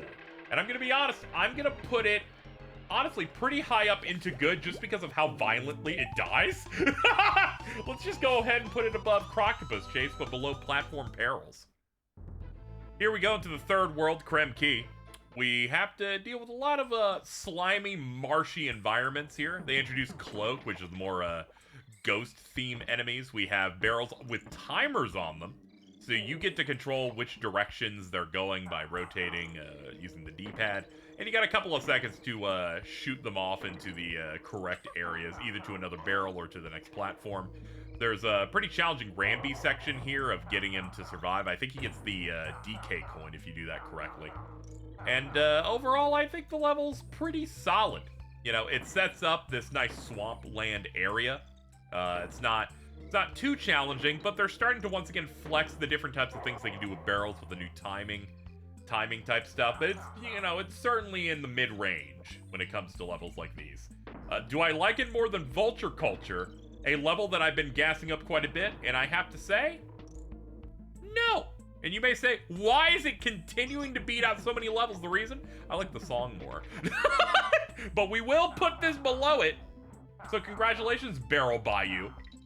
You beat Road Rage Rumble. I didn't say that right. I'm not doing another take. Who cares? Honey, I'm home. I don't know why I said that. Welcome to Glimmer's Galleon. It's another dark level. This time, instead of having a bird light our way, we're gonna have Glimmer, which is like it's one of those like anglerfish. It's like Lord Woo-Fack in Banjo-Tooie, but like nice. He keeps things lit. Back when I played this on a CRT when I was like 6 or 7 years old, like maybe even younger than that, I would hit left and right a bunch because it would flash you like a complete white screen for what felt like 3 frames. And I remember one time my dad got annoyed and he's like, if you do that again, I'll hit you. Yeah, I was like, okay, Latino dads, am I right? But thankfully, most importantly, when they leave the room, you start flashing it anyway because it's really stimulating because you're a dumbass child. Level can be kind of challenging of like weaving through stuff and finding exactly where you're going in the dark. But overall, it's solid. It's solid. I can comfortably put this in good. I'm trying to figure out where I would put it, though. Is it really high up there? I wouldn't necessarily say that. We'll put it below Snow Barrel Blast and above Treetop Town, over in the middle of good, basically. Next up, we got Crockhead Clamber. This one I always referred to as the level with the hot dogs in it when I was a child, because it's got that same, like, swampy-looking area that, you know, they all have, and that's all well and good. But they have, like, I don't even know what these plants are, but they shoot out of the lily pads in the ground, and they have what looks to be giant hot dogs at the very top of them. You use these as, like, stationary poles that you can stay on as you prepare to jump on dragonflies and avoid the zinger bees as you try to make your way across. They also brought back the crocodiles that you use for platforming from Hothead Hop, but this time a lot of them are activated by you hitting a barrel that makes a chewing noise when you touch them, and then they stay up for a few seconds, but you have to be quick because they will dunk back into the swamp and get you killed. So that being said, it has a little bit of challenge in that way, and you know, it's combining mechanics from a previous level, iterating on them, and upgrading them here. Those are the types of things that get me really into enjoying one of your levels. So I'm pretty comfortable in saying that this can be vulture culture. It ain't being Squawk's beautiful shaft, but it is pretty good. Next up on the list is Rattle Battle, one of the most unique levels in the game to me. And it is one of the first times I'm thinking about this is the first time you get a level where you spend the entirety of it, basically, as an animal buddy. You enter the barrel, transform into Ratley, and you're just going to be snaking your way through the whole thing. And it's a pretty good time. The music's really good. Everything is green. They decided this, I guess, because it's the swampy plant world, so I guess it can be green. And, you know, the vibes are immaculate. You're doing giant jumps. There's a section where you're using a cannon way above you, a cannon enemy shooting out barrels, and you have to jump really high and then bounce on them to make your approach to the other side. Some really solid secrets I remember being in this, and just overall I just liked the vibe of the level. The novelty of being the animal buddy in full form the entire time is pretty neat, and just the ability to use enemies as your mid-air platforms that normally you cannot do. Like, you get to bounce off bees in this the entire time to make your way across, and you just can't really do that when you're a shitty monkey. So instead, you get to be a shitty mutoid snake instead. But overall, a pretty solid level. I'm pretty happy with it. I'd say it's one of the more iconic levels for this game. You know, I'm willing to put my neck out there and say that, you know? I'm gonna go ahead and put it at the top of great. All the way up there. Not at peak, but we got something coming up for that. If you like weird, gross, suggestive level names, you're gonna love Slime Climb. This one puts a little bit of stress on you. It's another rigging level as we're slowly going up the mast, but we're gonna have to do it a little bit faster this time because it is getting flooded. The water level's going up, and we have an invincible lockjaw, that's the pink lockjaw, that's gonna be hunting you if you get anywhere in the water. So your strat's gonna have to be going very quickly, taking out enemies along the way, climbing up ropes, and maybe making use of the 2 invincibility barrels you get throughout. One of my favorite details in this is toward the end, they expect you to get the invincibility barrel and go under the goal to get to the DK coin. It's one of those classics where your first time going through it, you're gonna hit the goal and go, oh my god, it's right there, and be like, I gotta go through it again, just to pick that thing up. But overall, this is definitely one of the more stressful levels I did when I was a kid, and it is definitely interesting. It's once again coming up with some new interesting ideas for level types that were pretty cake at the beginning of the game. So where am I gonna put this? I am gonna land this above Jungle Jinx but below Minecart Carnage. You know, you think DKC2 being so iconic would be punching its way up into the peak, but it's only gotten one in there so far, so here's another. And of course, it had to be Bramble Blast. This is, without question, the most iconic Donkey Kong Country level ever. Like, I feel like it clears every single one of them in terms of being a level everybody knows about. It's thanks to its iconic David Wise theme of the Sticker Brush Symphony. It is the constantly blasting through barrels, the vibe. It's so immaculate. It can be really fun, and just in general, the entire idea of, like, you can tell where you're going based on if you finally start seeing bananas again is neat. And then there's a fun optional area toward the end where you go down a dangerous hole before the finish line, and then you get onto squawks and you can find even more stuff to do. It's just a great level. It's not my favorite level that uses brambles in it, but it's definitely a peak level. It's definitely one of the highlights of the game, and you can see why they constantly want to reference it in a lot of DK stuff going forward, even Bonanza. So we're gonna go ahead and put it, honestly, we're gonna put it at number 3 in terms of levels. I'm gonna put it right below Slip Slide Ride and above Oil Drum Alley because, you know, in the end, I don't pick the most iconic levels and put them at the top just because I have to like them too. And this one, not my favorite, but it is peak. Okay, I'm gonna hit the stop button now. It's time to walk into the Lost World yet again, this time with Black Ice Battle. This is the first proper ice level that we're getting in DKC2. And as you can see, it is definitely pretty pleasing to the eye, but I don't know, I just liked the vibes of the ice cave you had in DKC1 a little bit more. But we do get a good couple of levels of this one, and I think it's pretty good. It introduces some pretty terrible enemies, like the clobbers that have a more dark skin and red eyes, and whenever they touch you, like extra life balloons fall out of you. And there's a lot of slippery platforming, a lot of hook enemies are guarded by zinger bees, and a lot of really precision jumps you have to do to avoid the bees overall. It's definitely just more of a very careful platforming with very, very small gaps at times. Thinking about where I would place this overall, I would definitely say it's, do I consider it just fine? I don't know if I'd say it's just fine. Like, do I think some of the ones in good are better than it? No, I can beat some of that, so let's see, where could we put this? I'm thinking, and I've landed on just below Vulture Culture, my mid-goat, which is starting to not become a mid-goat, because on averages, it's in, like, the top third. But it's a fun level. We're gonna have to do something eventually. Alright, onwards to the boss of World 3, which is Cudgel's Contest. You might think this is Clubba, but no, his skin's different. Completely different character. Don't you worry about it. We love recolors here. This guy, whenever he jumps, makes the ground shake, so you have to jump in the air. Otherwise, you'll be stunned, and he jumps at you. And if he gets close, he'll whack you with a big, like, piece of wood. That's bad. You don't want that. Once he's done with his attacking phase, a TNT spawns, and then you can throw it at him and hurt him. It starts getting a little bit more interesting in the second half of the fight, where he starts doing, jumps where he continues to stay on the screen the entire time. And those are just way more fun, because you have to, like, roll below him, but also end in the air before he properly lands. Overall, very, very basic fight, but it feels like a true shonen battle.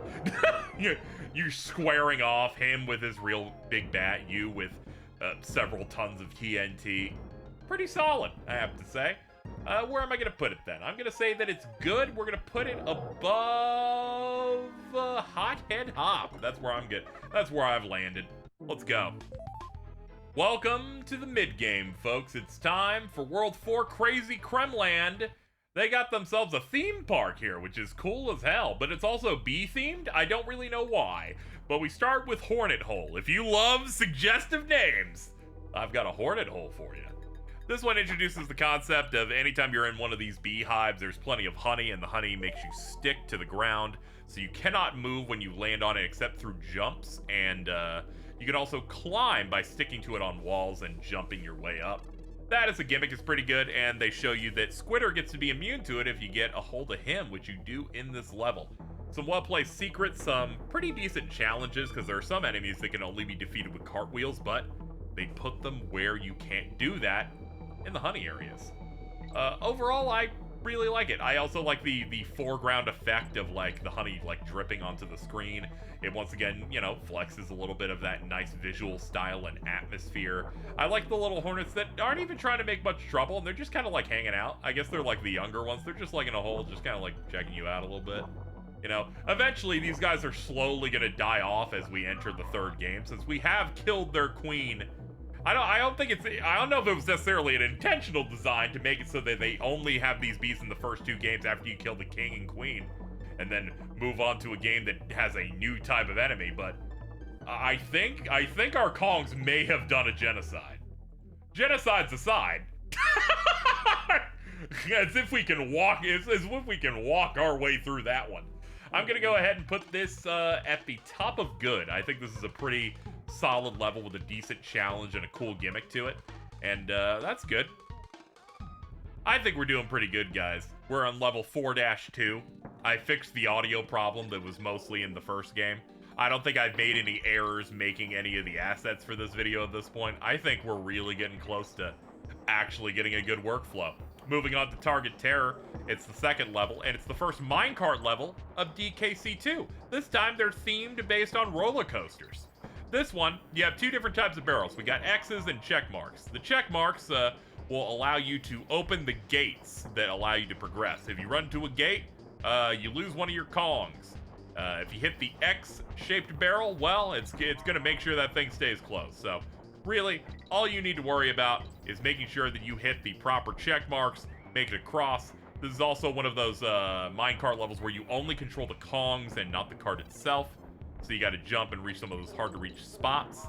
Overall, I think it's a pretty cool level. I like that they obscure the DK coin, except for a couple of pixels behind like the interior of a building, so you can only kind of barely tell. It's one of those where it's like 5-year-old or 6-year-old me jumping at random will just find it by accident, and I think that's always funny.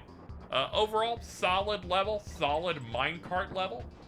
Where am I gonna put it then, based on this? Honestly, thinking about it, I gotta put it over the first minecart level for DKC1, and honestly past Manic Mincers and below Forest Frenzy. That's where we've landed on this one. Alright, here we go. It's time for Bramble Scramble, the second Bramble level. So of course it has the immaculate theme song, but this time it's at night. And it focuses a little bit more on Animal Buddy style gameplay. Mostly squawks, but there is a secret area for Squitter. And I'm gonna make no bones about it on this one. This is going at the top of peak DKC. This is the best level that we've been given, combined so far. And it's definitely gonna be very high up there, I imagine, by the end. I just really enjoy playing through it. It is one that I've replayed the most, I feel like. I enjoy all of the secrets. I enjoy how aggressive you can play the level if you're like really used to how Squawks moves. You kind of realize pretty early on that a lot of times the floor of the brambles won't actually hurt you or invade your hitbox, so you can comfortably be down there as you're rolling through with stuff. It's very fun to play aggressive and go at top speed, throwing out eggs, taking out the bees that can actually be hit to get openings, and it just feels really good to do. It's one of my favorite levels. I like it because it focuses a little bit less on the cannon barrel-based style gameplay, and it's just firing on all cylinders. We're like halfway through the game by this point, and they're just showing us some of their best work. So definitely putting this at the very top, the easiest position to be in. Hey, do you think anybody thinks the easiest position to be in being like the worst way to like say that, you know, it's the best position instead of easiest? Easiest probably would have been like at the bottom, right? Because, you know, being bad is easy. Regardless, rickety race. Here we are, level 4-4, another minecart level. This one, the premise is to get to the DK coin, you have to win this race. Other little Kremlings are on their own skull roller coaster carts. And this time you're controlling the cart directly. And the whole thing is that you hold left at the start, you can hit a booster barrel that makes you go at double speed, basically, the entire time. So you have to be very careful, use the exclamation point signs as you play to know when big gaps are coming up, and then you try to do big jumps right when you're about to go over a big down rail to be able to skip certain enemies. And it's a rush. It's very challenging. There are some times where the jump they expect you to do is a little bit delayed, which is evil. But overall, it's honestly my favorite minecart level, period. I think it is the best executed minecart style level across all 3 games. And I think I can go ahead and put this above Oil Drum Alley, which is a little bit ahead of the best minecart level before this. So pretty comfortable in getting 2 peak DKC levels in a row. Can we get a third? No, we're not getting a third in the row. I'll just tell you that now. Moving on. It's time for Mud Hole Marsh. That's our next big level here, 4-5. Brings back the swamp style area.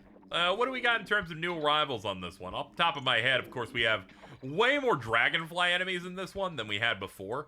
It has the most evil DK coin in the entire game, where you have to bait a cannon guy shooting barrels from the left side of the screen, and you have to bounce off them to get the height to land onto the target finish and land on the DK coin prize. They made it one of the multiple prizes you can get, so the timing on it is evil. So you've got that, and you've also got the new enemy, the Cat of Nine Tails, which is like a very casual guy. He's like, oh, he just hangs out, he spins a bunch. If you get onto him, he'll like spin even more and throw you somewhere. But if he runs out of steam, you can just jump on him and he dies and he goes, ow. I like the noise. Ow. It's a good ow. Overall, this is a comfortably mid-level overall. I'm trying to think about where I would put it though. I do enjoy it though. I'm looking at some of the levels that I have in the good territory. The ones in it's fine really are just levels that are just inoffensive. Good really is the kind of like mid section that I think of a lot. And I think I'm gonna put it above Vulture Culture. I think it's right there, but I don't think it's more engaging than the previous swamp level, Crockhead Clamber. Most of its high marks in terms of challenge come from getting the DK coin. Like that's the most of the challenge you're gonna get from it, I feel like. Here we're going into another exciting level that is very unique on its own, Ramby Rumble. It is taking the idea of playing a section where you are the animal buddy, but it takes a little bit to get there at first, where you're just going through a standard hive-based level. And you're going through it, it's nothing too special. It has some cutlass enemies, which can be kind of difficult. They just do the big dumb, I spec all my stats into strength, I'm going for one big hit. Sword gets stuck, jump on them, no big deal. We have, of course, the claptrap enemies, which I believe are called clampons here. And once you get into that second half, you're Ramby. You're blasting through, taking out bees. This doesn't seem particularly difficult in any way. Oh no, a giant bee is chasing us. That's right. For revenge from Bumblebee Rumble, King Zing is here, and he's going to chase you through the rest of the level with a custom track that only plays in this level. Much like Rattle Battle, I believe, also has its own unique track, which I think is pretty sick. I really enjoy it. I think the Rattle Battle one also plays at the end of Glimmer's Galleon, but only the intro part. But anyway, this track is cool. It adds a stressful nature. It leads you into the boss that's coming up in the next chronological level. And that stuff alone is really cool. I like it a lot. So stuff like that really shakes up the formula really works out for me. So I'm definitely going to put this level into great because of that. How far up is it going to go? I'm going to go ahead and put it just above Target Terror. So it doesn't beat out stuff like Rattle Battle, which is a little bit above it, but it is special in its own way. Put it in great. Back to the Demonic Lost World, and Clobber Carnage is our third Lost World level.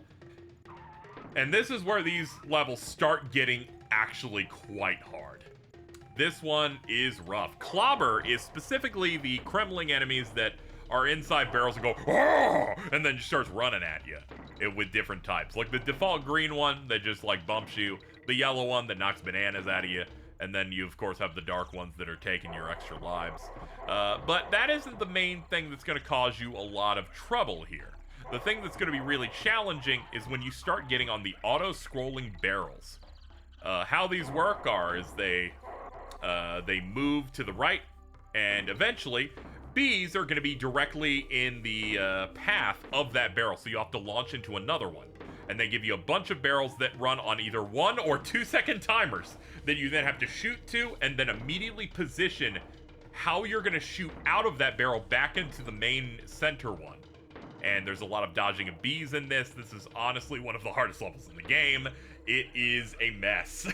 It is very difficult to get through this. It's definitely one of the ones that's going to take a lot of retries. Many people who play this in the modern day will be making use of a lot of rewind on this, on like NSO when they're playing through it, because boy is it a tough one. But it is pretty rewarding once you finally get it down and you get through some of that stuff really fast. Nothing is more satisfying in these games than executing on the barrel stuff really well, where you're just smoothly going from each one really quickly. The mastery you get through DKC games just feels really good. Overall, I'm going to put this in the great territory. I'm going to put it above Elevator Antics. It could go a bit higher, but it kind of filters me a little bit, which honestly is where it ends up here. So overall, it's not my favorite of the jungle levels here, but it's pretty good. So good that I put it into great. I should have come up with better tier names instead of things that I could end the segment on. I'm gonna hit stop now. It's time for our next boss, folks. King Zing Sting is the name of the game, and it is an animal buddy boss fight. We immediately transform into Squawks, and our target is our foe from that Ramby level we just did. And this time, we have to hit King Zing on his little stinger, his little Pinor. It glows and flashes red, and you have to shoot him with the eggs. After you do a couple of hits, he enters an invincible phase where he shoots out some spikes. You have to dodge through them, and then you repeat the cycle a couple more times. Then he gets a little bit more advanced. He enters a phase in which he shrinks into a small little bee with some orbiting other bees as like a shield. You have to break through them, then hit him again, then hit him a couple more times until he's finally dead. He screams like a grown man who's screaming into a Super Nintendo microphone as you have killed the king and queen of all the bees. And I gotta say, this is honestly the best boss we've gotten so far. It is really good. You know, aside from King K. Rool, which is on another tier of many of these types of bosses, but I think that this can comfortably be put into great. I'm gonna go ahead and put it above Manic Mincers. It is pretty high up there because I quite like this fight. Oh man, I had to zoom out when I was showing the tier list of what we've currently done so far. This is getting to be a pretty heavy countdown list and ranking. And we're only just getting started with one, the Ghost World, and as well as the first level in it, Ghostly Grove. This includes a track forest interlude. If you know me, I love this track. It's my favorite Donkey Kong Country track ever done by David Wise. Its vibes are perfect. The level theme here are ropes that are ghosts, and then they disappear and reappear with various different difficulty. Some of them even harder when you are trying to get certain Kong letters or a bonus barrel. Just the vibes of the ghostly forest are perfect. You have light peeking out between the trees and these like god rays that look so nice. And just after going through the theme park level, it's nice that we have this nice low-key level. Just nothing crazy going on. It sets up that things are going to get a little stressful after this, but any level that they just use the general ghost theming on, I'm just going to really like. And where am I going to put this one? It's tough to call, but honestly, it's definitely high up there for me. I think what I'm going to do is I'm going to put it above Manic Mincers, but below King Zing Sting. It's definitely a great one. Welcome to the Haunted Hall. In level 5-2, we have to deal with an evil ghost skeleton Kremling named Cackle. The barrels that used to be checks and X's have now been changed to plus and minuses. They represent your time. The time is always ticking down in between checkpoint doors, and every single time you hit the plus, you get a little bit more time. Every time you hit the minus, the time gets deducted. When it hits 0, Cackle will take away one of your Kongs and laugh at you.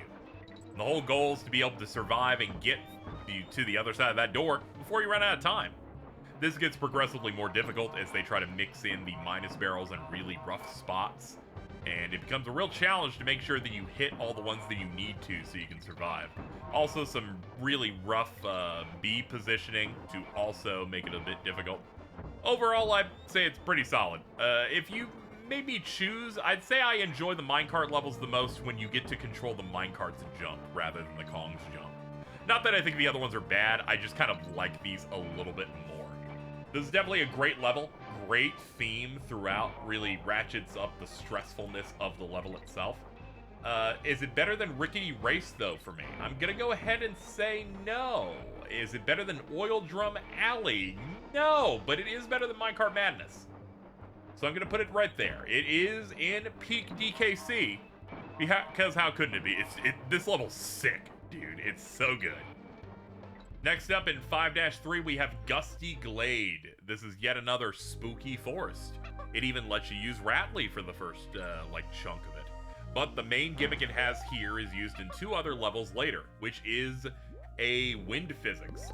There will be a bunch of leaves floating in the air, and occasionally you'll see, based on their pathing, that you'll be pushed left and right. So you have to push against the wind or use it to your advantage to make really big jumps throughout the level.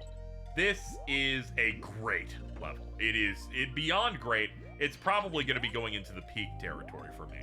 I really enjoy going through it. It's so easy to speed through it, and but it's also very easy to screw up. You have to really respect the wind and the timing and everything, and it's really satisfying when you can make either big jumps or make use of Dixie's really good like float through spinning her hair to just cross really large distances. But overall, I just really enjoyed this level. It's easily the best Ghost World level, I would say. So where is that going to put it? That means it's definitely better than Haunted Hall. And honestly, I'm going to go ahead and put this as my second favorite level so far. So it's going to go below Bramble Scramble, another thing that was able to beat King K. Rool. That's good. Let's humble him a little bit. Now, correct me if I'm wrong, in Parachute Panic, you get a new type of parrot. That's not the thing I needed correcting on. But there's a new, purple or bluish parrot that they introduced here and in DKC3. I believe it's not even supposed to be squawks, it's supposed to be quawks. Because this guy can't shoot eggs. Later, he gets more mechanical upgrades in 3, but surprisingly, this is the best level you get him in. I actually do not like his mechanics at all in 3, because they kind of lead to a type of level I'm just not into. Here, you're focused less on trying to get higher and higher in a level, but instead you're descending down further and further inside a hornet hole, dodging your way through it. There's also the ability of, I believe you hit the X button, or it's the A button, one of them. You can get off of the bird and fall straight down. This leads to some cool speed gaming techniques of trying to weave through the bees, or if you know that you're in a straightaway and you will totally be fine, or you just want a damage boost, just get off that thing early. It's just kind of fun to do.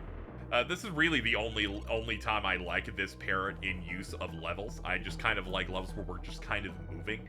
Ones where we're a bit more stationary and it's way more slower paced, I'm just not into it because I just love the vibe of speeding through these levels. And I like how dangerous this one is, especially toward the end with how many enemies we've got.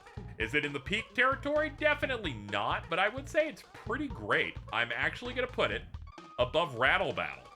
I like this level a good bit. This is a very strong world. I don't think we're going to get any rough levels at all in this one. Foreshadowing is a narrative tool to tell you that Web Woods isn't very good. Alright, now Web Woods is a notorious level in this. It is probably one of the longest levels, I feel like, in the game, even though it isn't, because it's very slow paced. You do a fairly quick intro that transitions you into transforming into Squitter, which I love Squitter. He's like a super sick dude. But most of this is, most of the level is a giant pit, and you have to spend a lot of time using Squidder's web platforms to make your way across and dealing damage to enemies, and it also has the least interesting bonuses in the game. They're very well hidden. They usually have bananas pointing at them, and you have to take very slow cannonballs that are alarmingly slow across the screen backward to break them open. That's the most interesting thing going on here. But also, it's slow. It sucks that I haven't said a level is kind of rough yet. Like, I had some there, but usually whenever I'm not feeling a level, I immediately go get me out of here. And I gotta be honest, it's kind of the same here, where I'm definitely going like, yeah, we need to get out of here. So that's where I'm gonna be putting this one right here. So we made some tier list upgrades because of your complaints from the past that I've made up. Nothing has really changed, honestly. We've just done some swapping of the bottom tier lists. The really bad bosses of DKC1 should probably be in Get Me Out of Here, and honestly, Kinda Rough should be propagated with levels that aren't particularly good. So then I had to make a choice of what levels I'm like, I do not want this at all. No, no, no, no, no. And the only one that makes sense on there is Poison Pond for it to be in that category. So now Kinda Rough's got Necky's Nuts in it, Web Woods, and Red Hot Ride, because Necky's Nuts should not be 2 entire tiers above its other bosses, as funny as that would be. Anyway, moving on into the level we're actually getting into, now that we've done some reordering you'll see at the end of this current world, we have Fiery Furnace. This level's whole gimmick is that you can control the barrel fully. It's a big D-pad barrel, and once it runs out of time on its little timer, it's gonna shoot out. So you gotta make sure that you position yourself to leapfrog over bees and obstacles, or land exactly where you're looking to go. The only really annoying part of this level is the specific section at the end where you do a bonus, and if you fail the bonus to get the DK coin, it puts you in a barrel that puts you on the goal, so you have to do the entire level over again, and not like retrace your steps back to the bonus. That stuff is evil. Rare, clearly evil. That's been known. Is this harder than Clobber Carnage? No. But do I like it more? Yes. So where's this gonna land? I think I'm gonna put it above King Zing Sting. So it's on like the top third of great. Pretty good level. Pretty great. Words are hard. It's time for one boss to strike back. In Creepy Crow, you fight the ghost of the Crow from World 1.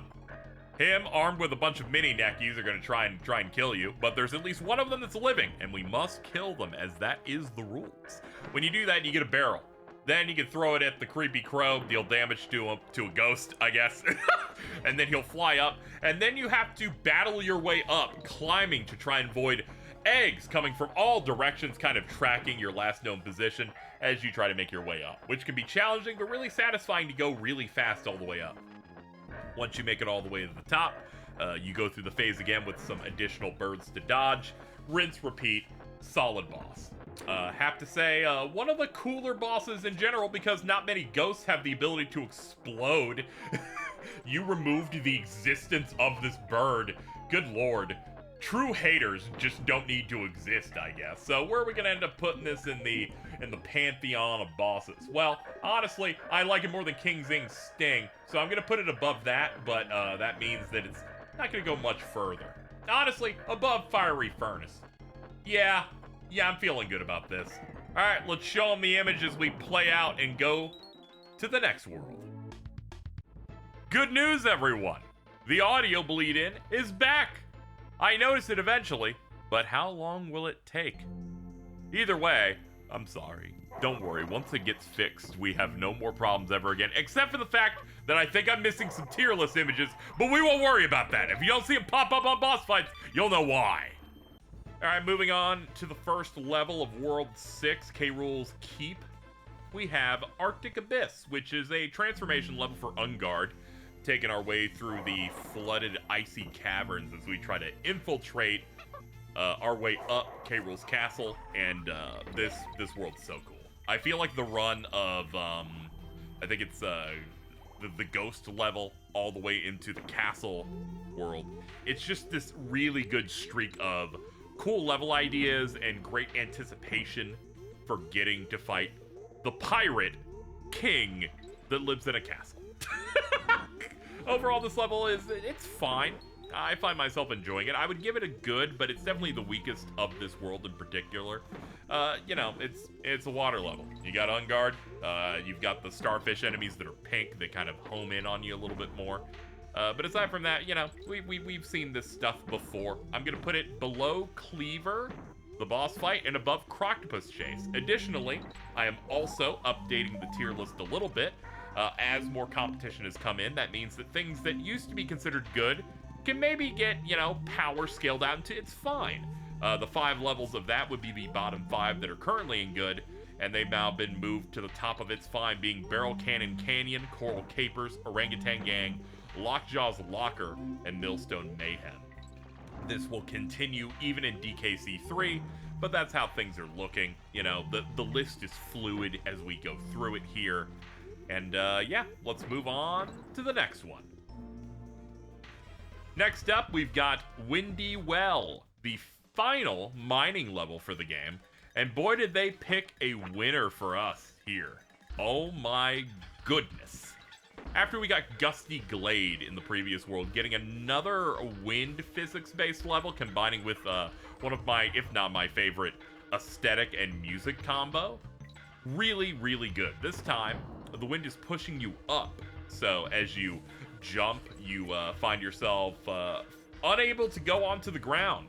So you have to weave in and hold down on the directional pad to slow your ascent, especially to bob under bees and other obstacles. There's also various traps. And I don't mean just like, oh, the enemies are here. Sometimes they'll put like a one-up balloon in an area, and if you jump for it, well, now you're stuck and you have to dodge things that you otherwise weren't gonna need to. But if maybe you team throw onto it and then just walk, you can skip a lot of extra obstacles.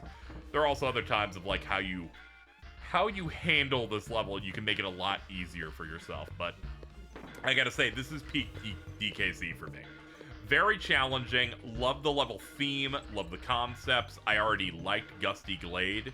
So I'm gonna go ahead and put this at number 2 in peak DKC. I really like this level. There's not much else to say. I'm just a really big fan of it. So putting it at the top of the list there.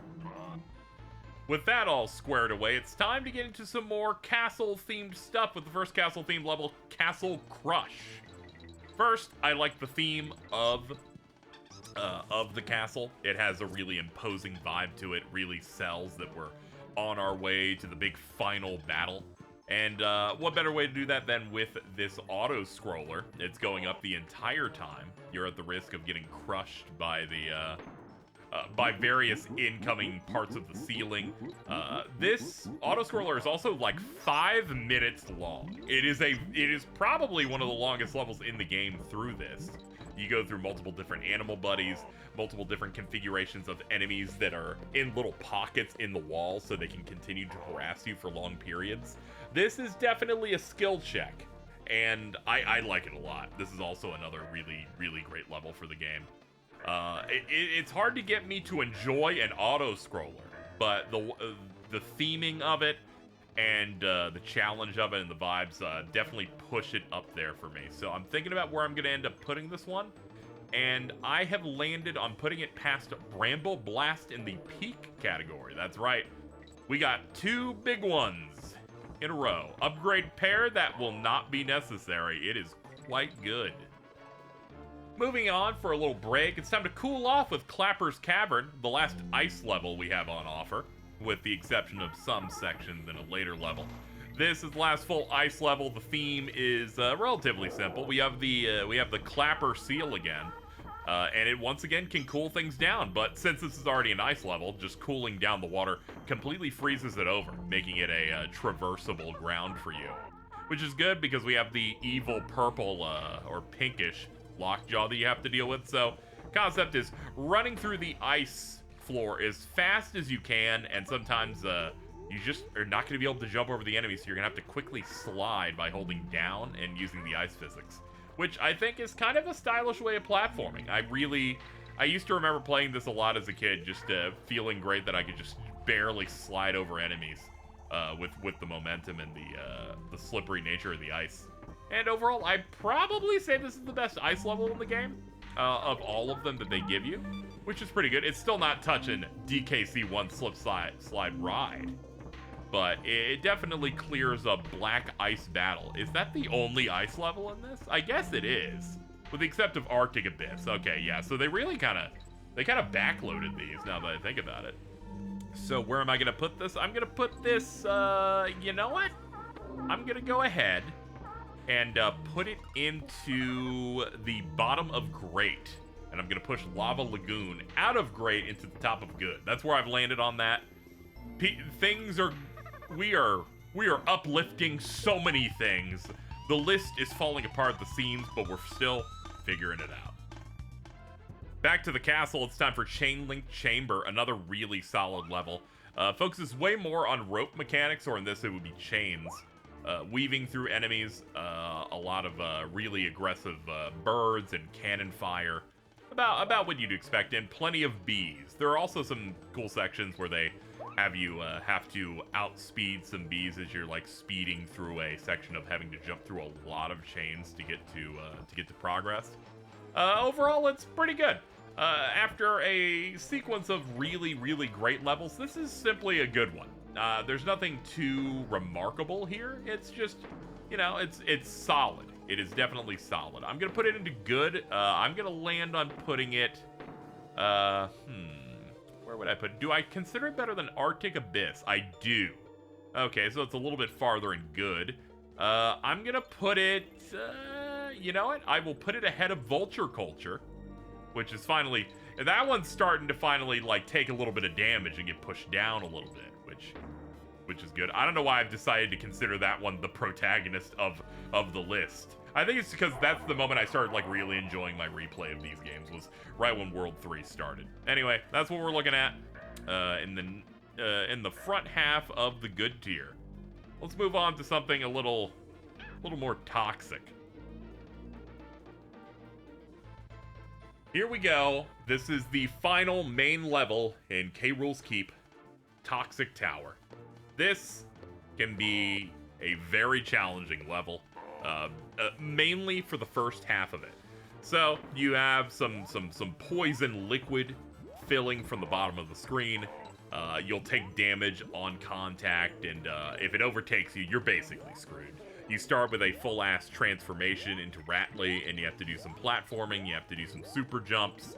It eventually will transition into you using Squawks and Squitter as well. As the final castle level, I have to say, pretty good. I enjoy it a decent bit. Is it my favorite of the castles? No, Castle Crush I definitely like a good bit more. Would I consider it peak DKC? Now, let me look at all the levels I put in there. Yeah, definitely. Would I say it's my favorite? No, but I would put it above Cannon's Claim. That's what looks like makes sense to me here. So yeah, I think we're gonna land it there. So you know, it's in that second row for the peak type of levels, but overall I definitely do enjoy it. As we begin to cap off DKC2, it really just shows how much better the game just gets in terms of levels, the mechanics that you're doing. I mean, it's a sequel. It's a sequel after they had really established how the general game flow is supposed to feel, the graphics, and the types of enemies and things that they can do, and it only really goes up from here. You're definitely going to see DKC3 flex, despite the fact that it's probably not as good a game as DKC2. But boy, does it have some damn good levels. So long as you're not afraid of a baby, you're gonna have a good time over there. Anyway, yeah, Toxic Tower definitely going in peak. It is near the bottom, though. It's in, like, third to last place. Some of you who saw how I laid out these levels knew that a Lost World level was coming up next, which means the hardest level in the game for many people, the ultimate challenge, Animal Antics, is here. This is a level, all right. This makes you use all of your Animal Buddy transformations to do specific sections, and boy, do they try to challenge you with it. You go Rambi, you go Unguard, you get Squitter, you get Squawks, and then I believe you end on Ratley in that order. Just going through various different level types. The most difficult part, which is the part that I feel like gets people the most, is when you're controlling Squawks in a bramble section with wind physics and bees everywhere. Really, that really is they seem to have come up, what is the scenario that will be the hardest for players to deal with, and they had it right there. And they don't even put it at the end, they put it in like the, you know, maybe the 60 to 80% mark of the level, so that you still need to perform some platforming with Ratley at the end. Your hands are shaking, you're desperately trying to get past this. This is the final big difficult level if you're going in the normal order of this. It's the final Lost World level. And yeah, it is hard. I gotta say, it's not going in peak. It's a little too hard to be over there. Where am I feeling comfortable on this one? I'm kind of feeling a similar way that I was feeling with Fiery Furnace, where I'm gonna put it around there. I'm gonna put it above that, so it's in great. But it being so difficult means I'm not really looking forward to it that badly. I'm not chomping at the bit to deal with this level. It's more of a, I guess I'm getting the true ending of the game. I have to do it. That's kind of where it comes at it for me. Ooh. Man, it's rough. Captain K. Rool, naturally, never to be outdone, has a really great plan here in Stronghold Showdown. Now, unfortunately, I can't really put this thing in a tier list. The reason is simple. It's not a real boss fight. It's, in fact, a fake-out. Surprise. Captain K. Rool isn't going to have a final battle with you on his castle. Instead, he reveals that he has a giant...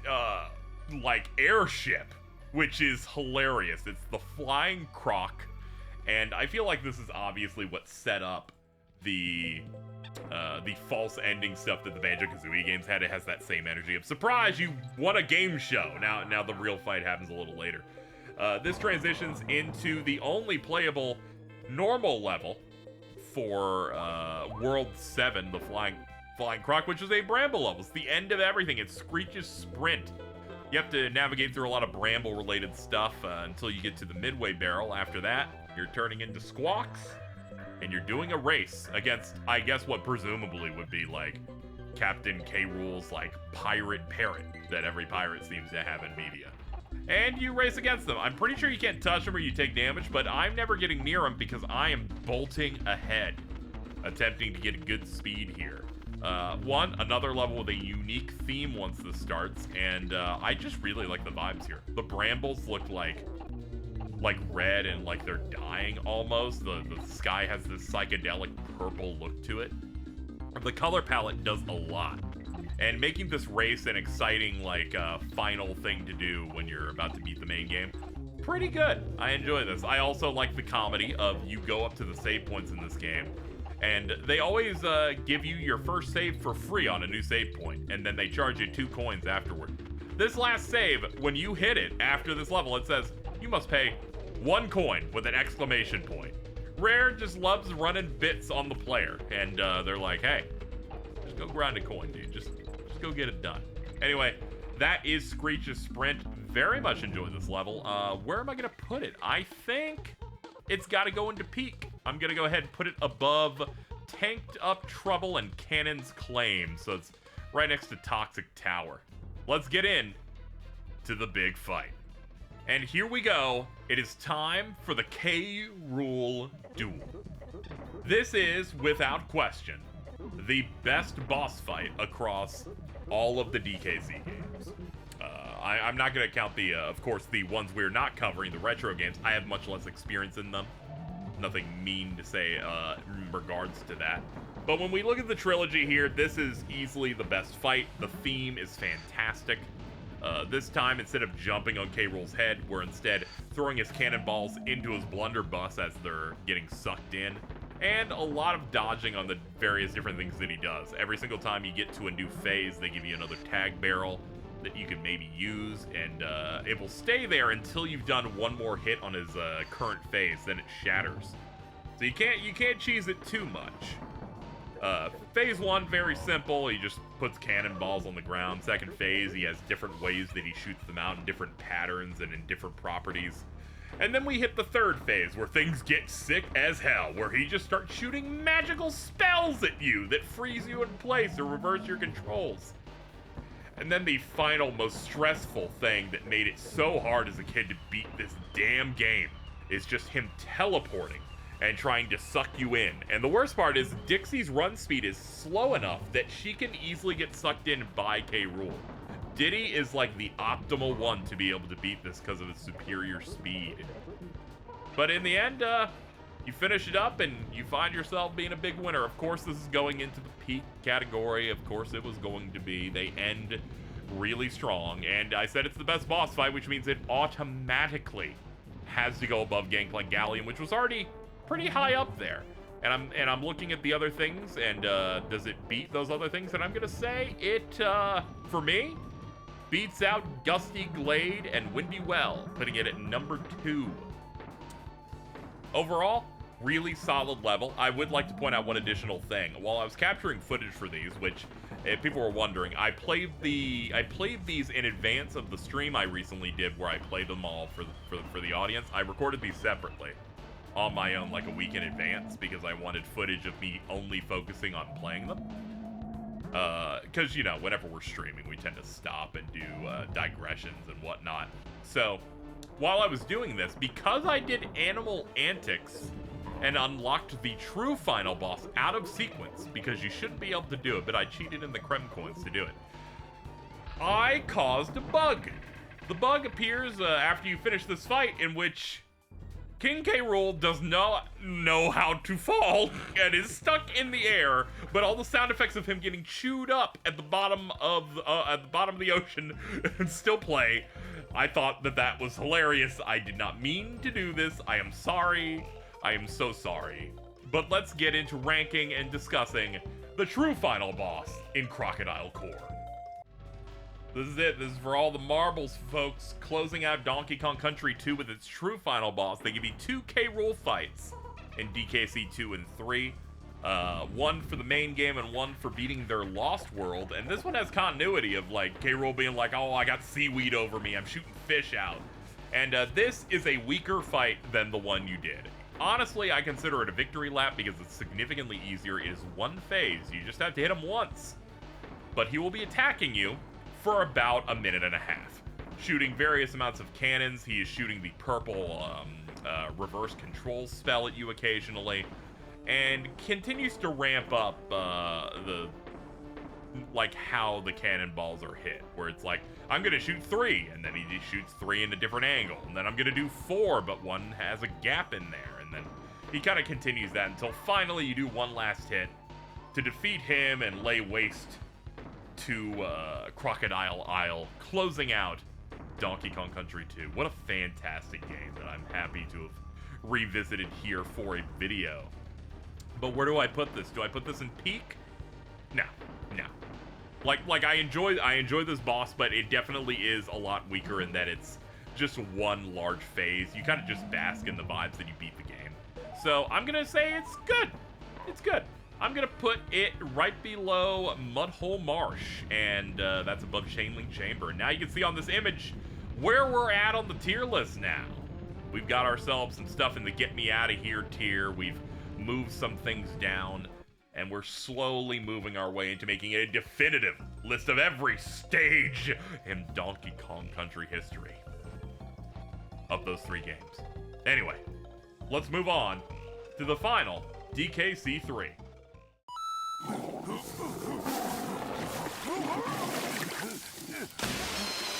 ドンキーが一大事たくさんの仲間とドンキーを探す大冒険ゲームボーイアドバンススーパードンキーコング3 よし So there's a concept known as the Ship of Theseus. That's where there was this boat that I assume like took damage and constantly had to have new parts to replace it.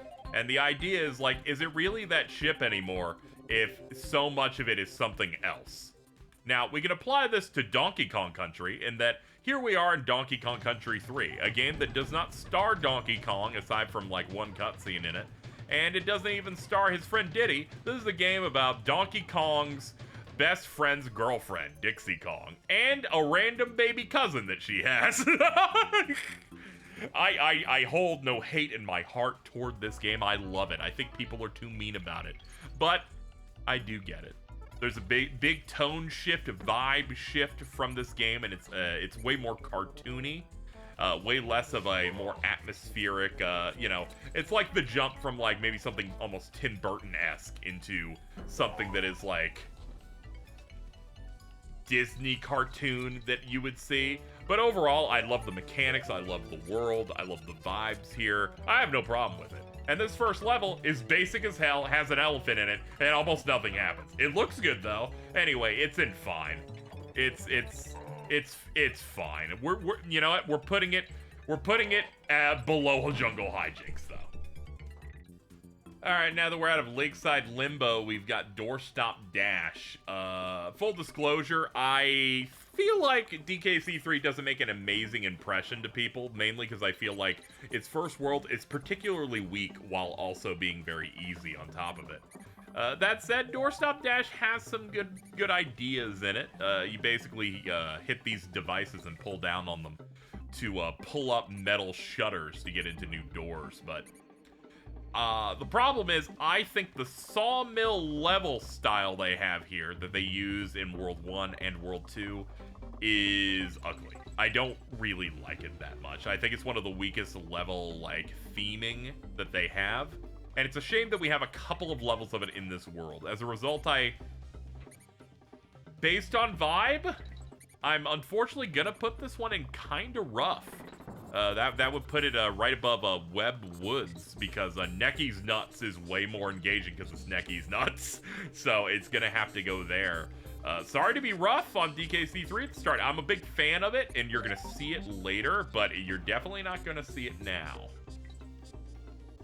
Our next level is Tidal Trouble. It's the first time we can really show off some of Kitty's abilities, and that he can do water skipping. It's a technique used to get to a bonus. Basically, it allows him to roll off into water, and if he hits a jump right as he's about to touch the surface, he'll bounce, and then he gets to do 2 additional bounces. It's really good for speed, it's good for height as well. It doesn't have a lot of use cases, almost feels like something that they would have liked to use a lot more, but then realized it's a bit too hard to do, so it only has a couple of rare use cases. Even the reason you'd use it here for a bonus can be done with a well-timed Dixie, like, spin, like, float jump. But overall, this level, it's fine. It's a little bit better than the Lakeside Limbo, which we just did. But it is still, it's still an early game level, so we don't really have much in terms of difficulty. I'll go ahead and put it above Winky's Walkway, but below Ropey Rampage. Next up, we've got Skidda's Row. I have a bit of a confession to make, yet again. I've once again ruined the audio of my own videos. Now you may go, how'd you do it this time? I forgot that my Switch 2 was on, and all of my mic stuff pipes in game audio. So that means that you've heard the pause music of various things happening in Mario Kart World. Now I need you to understand, I am not recording any retakes, because I think every take I've done that's successful has been good.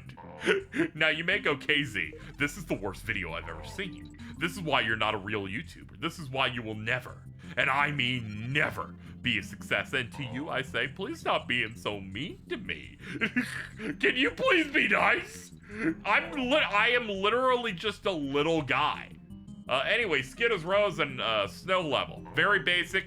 It's got Skiddas. They're like Kremlings that are a little flamboyant and are slipping around. That's fun. Not particularly difficult. Very basic. Not much to say. I like it better than Tidal Trouble. I'm gonna put it above it, but it's also gonna be below Ropey Rampage. Anyway, the audio's good now, and I promise not to hurt you anymore.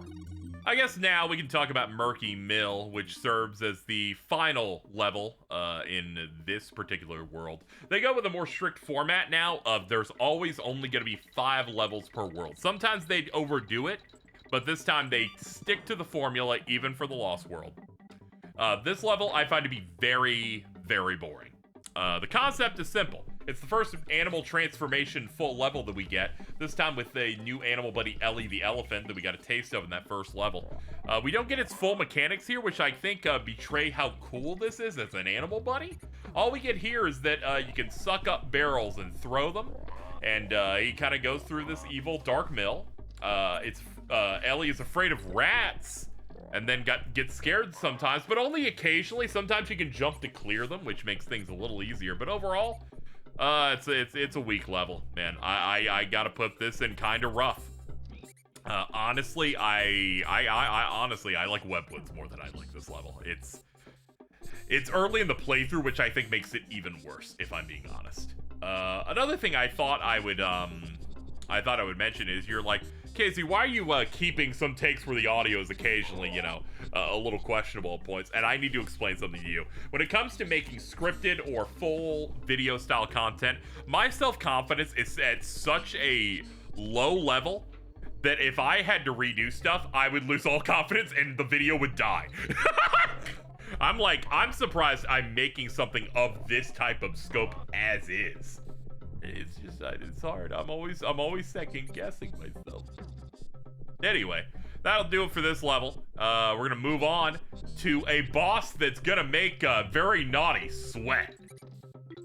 Next up is Belch's Barn, the first boss of this game. It's very sink or swim, feast or famine.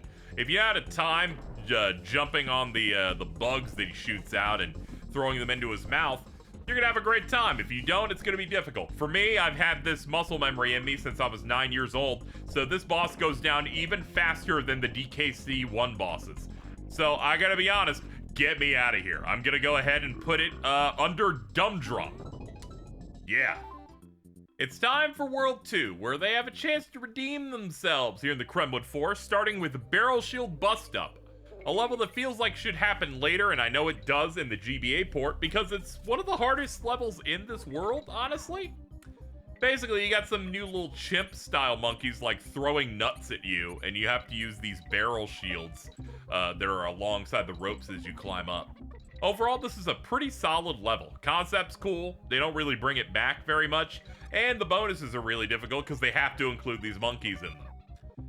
Thinking about it, is it peak? Not necessarily. Is it great, though? I think it can absolutely live there. We're going to go ahead and put it above Elevator Antics on the bottom side of great. After that one, we have a fun gimmick level in Riverside Race. This is really showing that they love doing gimmicks that they only do once. In this one, you're being chased by the small, like, hornets or bees, and also there's a timer in the corner because you have to beat Brash the Bear's best par time. And you can do the water skipping, and you're going through these watery tunnels, and they're like, go, go, go, and there's multiple parts where you can roll into enemies for a big speed boost. It's cool. But unfortunately, it's like less than 90 seconds given how fast you go into it. But I really enjoy like playing this level. It's a fun little pace breaker after some of the slow theme levels we had before. So I'm going to put it at the top of good past Lava Lagoon. Next up, we've got Squeals on Wheels.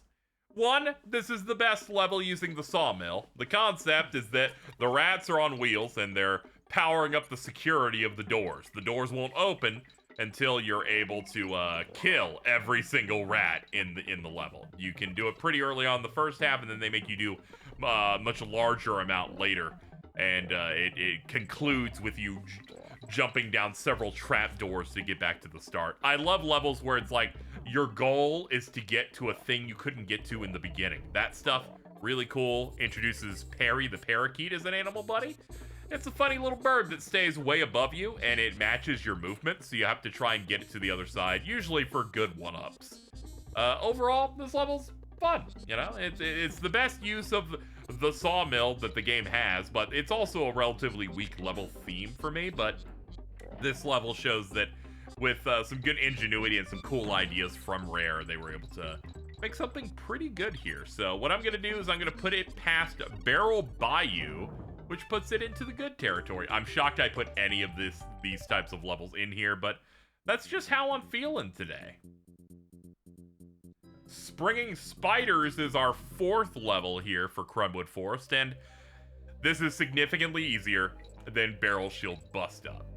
Basically, you've got these spider enemies that don't hurt you. They simply, they're on little planks of wood, and they jump, and you jump on them, and then they take you up really high, or they'll do like smaller jumps to move around the level, and you're just climbing a big tree. It's about the kind of stuff you would expect by this point. In terms of aesthetics and vibes, I like the tree levels. I'd say I like them better than the treetop, like town zones that we had in DKC1. But they're not, you know, they're like a mid one. Like they're like fine. The C's get degrees of level aesthetics. Overall, in terms of where I land on this, I'd say that this level is fine. It is simply fine. I'm putting it in between Coral Capers and Orangutan Gang in the it's fine category, just because the level isn't really pushing you at all. Closing out World 2 is Bobbing Barrel Brawl, which is yet another Ellie the Elephant transformation level. There are, I believe, 4 of these in the entire game now that I'm thinking about it, and man, they really pushed Ellie the Elephant, which is a shame. Also, the fact that it's doing the same thing that the first world did with it. Upon closer inspection, I can understand why some people are like having issues with some of the early parts of this game, just because of stuff like that. But this at least gives you a full scope of Ellie the Elephant stuff. I kind of wish this was the level that they introduced everything with this, and they kind of maybe cut Murky Mill entirely. This level shows that you can suck in water and then shoot it out like a little gun. And that's cool as hell. You can use that to shoot like the really fat birds to drop barrels, and the barrels will bob on the water so you can jump on them and use them as platforms, because we have a new version of Lockjaw, this way bigger fish that I don't remember the name of, but is evil. I don't like him. He's very cruel, but I'm gonna have to learn to like him a little bit later. Overall, this level is fine. It is a fine level. I would probably put it, you know what, I'm gonna put it at the top of fine. That's kind of how I'm feeling on it. Overall, it's definitely better than Barrel Cannon Canyon for me. You know what, I'm making some updates here. I've decided that it's fine, but we gotta move some stuff in good down here. The things that I'm moving down: Treetop Town, Glimmer's Galleon, Snow Barrel Blast, and looking through here again, Stop and Go Station. And yeah, and then I'm gonna go ahead and put it above Snow Barrel Blast, and we're gonna lock that in. You'll be seeing it as we finish up the boss, our updated order as we go into the boss, as we fix things up a little bit. Anyway, it's fine. All right, folks, it's time for Eric's ambush. He's a giant spider. He looks really dumb. You can bounce on the top of his legs to pick up a barrel, and you like hit him in the jaw 3 times. And then he shoots boogers at you. Okay, like he's more engaging than Belcha, but you know, he's not great. It's not great. Is he fine? Let me think about it. I'm looking at what's in fine, and there's a lot of really easy early levels in it. Would I rather, you know what? I'm gonna say better than Pirate Panic in DKC2. We're gonna put him up there.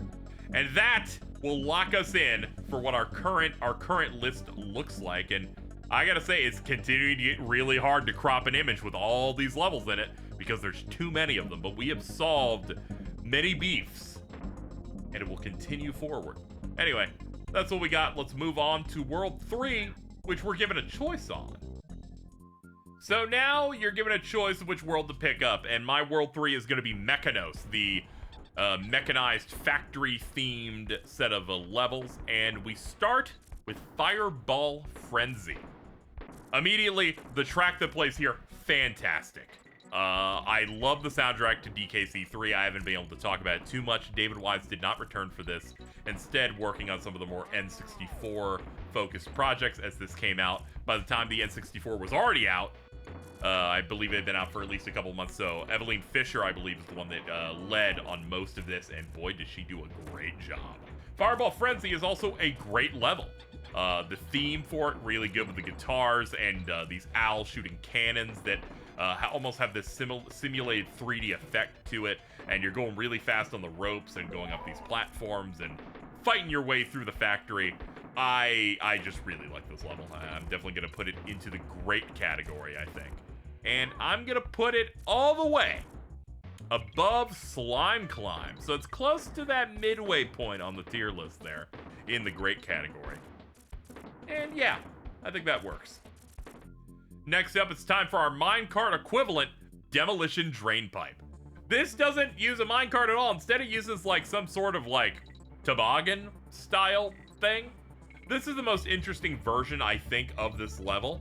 At first, where it's an enclosed drain pipe, and you're able to jump to latch on to the top of the ceiling, so you can transfer between them to either get collectibles, find secret bonuses, and the bottom has little gaps and holes you can fall into to screw yourself over. It is just as challenging, I feel like, than your average minecart thing, but it might feel a little harder. It feels like it goes faster. I don't know what it is about these, but I definitely had a lot of trouble with them. Overall for this one, do I think it's the best one of these? I don't know. I'm gonna have to like reassess soon. But do I put it in great? And I'm gonna say no. I'll put it at the top of good. So it's ahead of Riverside Race and below Clapper's Cavern. But it is thrilling. I will give it that. Heading into the third level for World 3 is Ripsaw Rage. It is a tree theme level, but because we're in a factory, they are simulating a saw cutting the tree in half. So you have to race your way up, and the most interesting auto-scroller in the entire game. In all three of them, honestly. I love this level. This level is peak DKC because of how inventive it is, how it fits the themes of the game of like more focus on like technology and stuff. There is a Frankenstein's theming going on and a lot of science stuff in this that they don't fully go all in on. But in moments like these where you kind of really work on like factory stuff and robots and the bees are now called Buzz, and now they've got like engines on them because they're all mechanized because we killed all the zingers. And this is emblematic of that, where it's like, oh, this is a really good theme that you're going for. And here where you have to speed your way up and constantly you're in danger of that saw. And you're like, I have to go in here and I'm wasting so much time before I'm able to go up, and there are plenty of enemies. It's a great time. I just really, really like this level. Very great idea. It's gonna place pretty well too. I'm gonna put it above Bramble Blast and below Castle Crush. That's right. We're going crazy. Heading into the back half of World 3, we have Blazing Bazookas next. We got these Kremlings that have the world's largest bazooka gun. They shoot either explosives or sometimes like normal barrels that you can bounce on. And you're just kind of going up and down the world a little bit. There are side areas that allow you to like change the properties of their barrels to find secrets and stuff.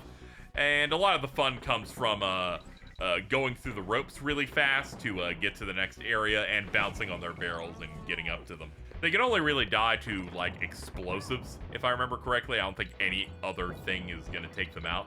So it's just a lot of dodging. Overall, I'd say it's solid. I would say it's, you know, good.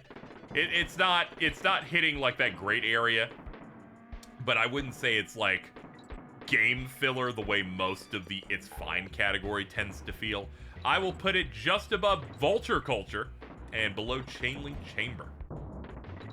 Heading into the final level of Mechanos, we have Low G Labyrinth. We are once again in the like drain pipe-esque inner workings of the factory, but now thanks to the noxious gas or whatever, we got low gravity. We do big, slow, lumbering jumps. A lot of very specific precision platforming.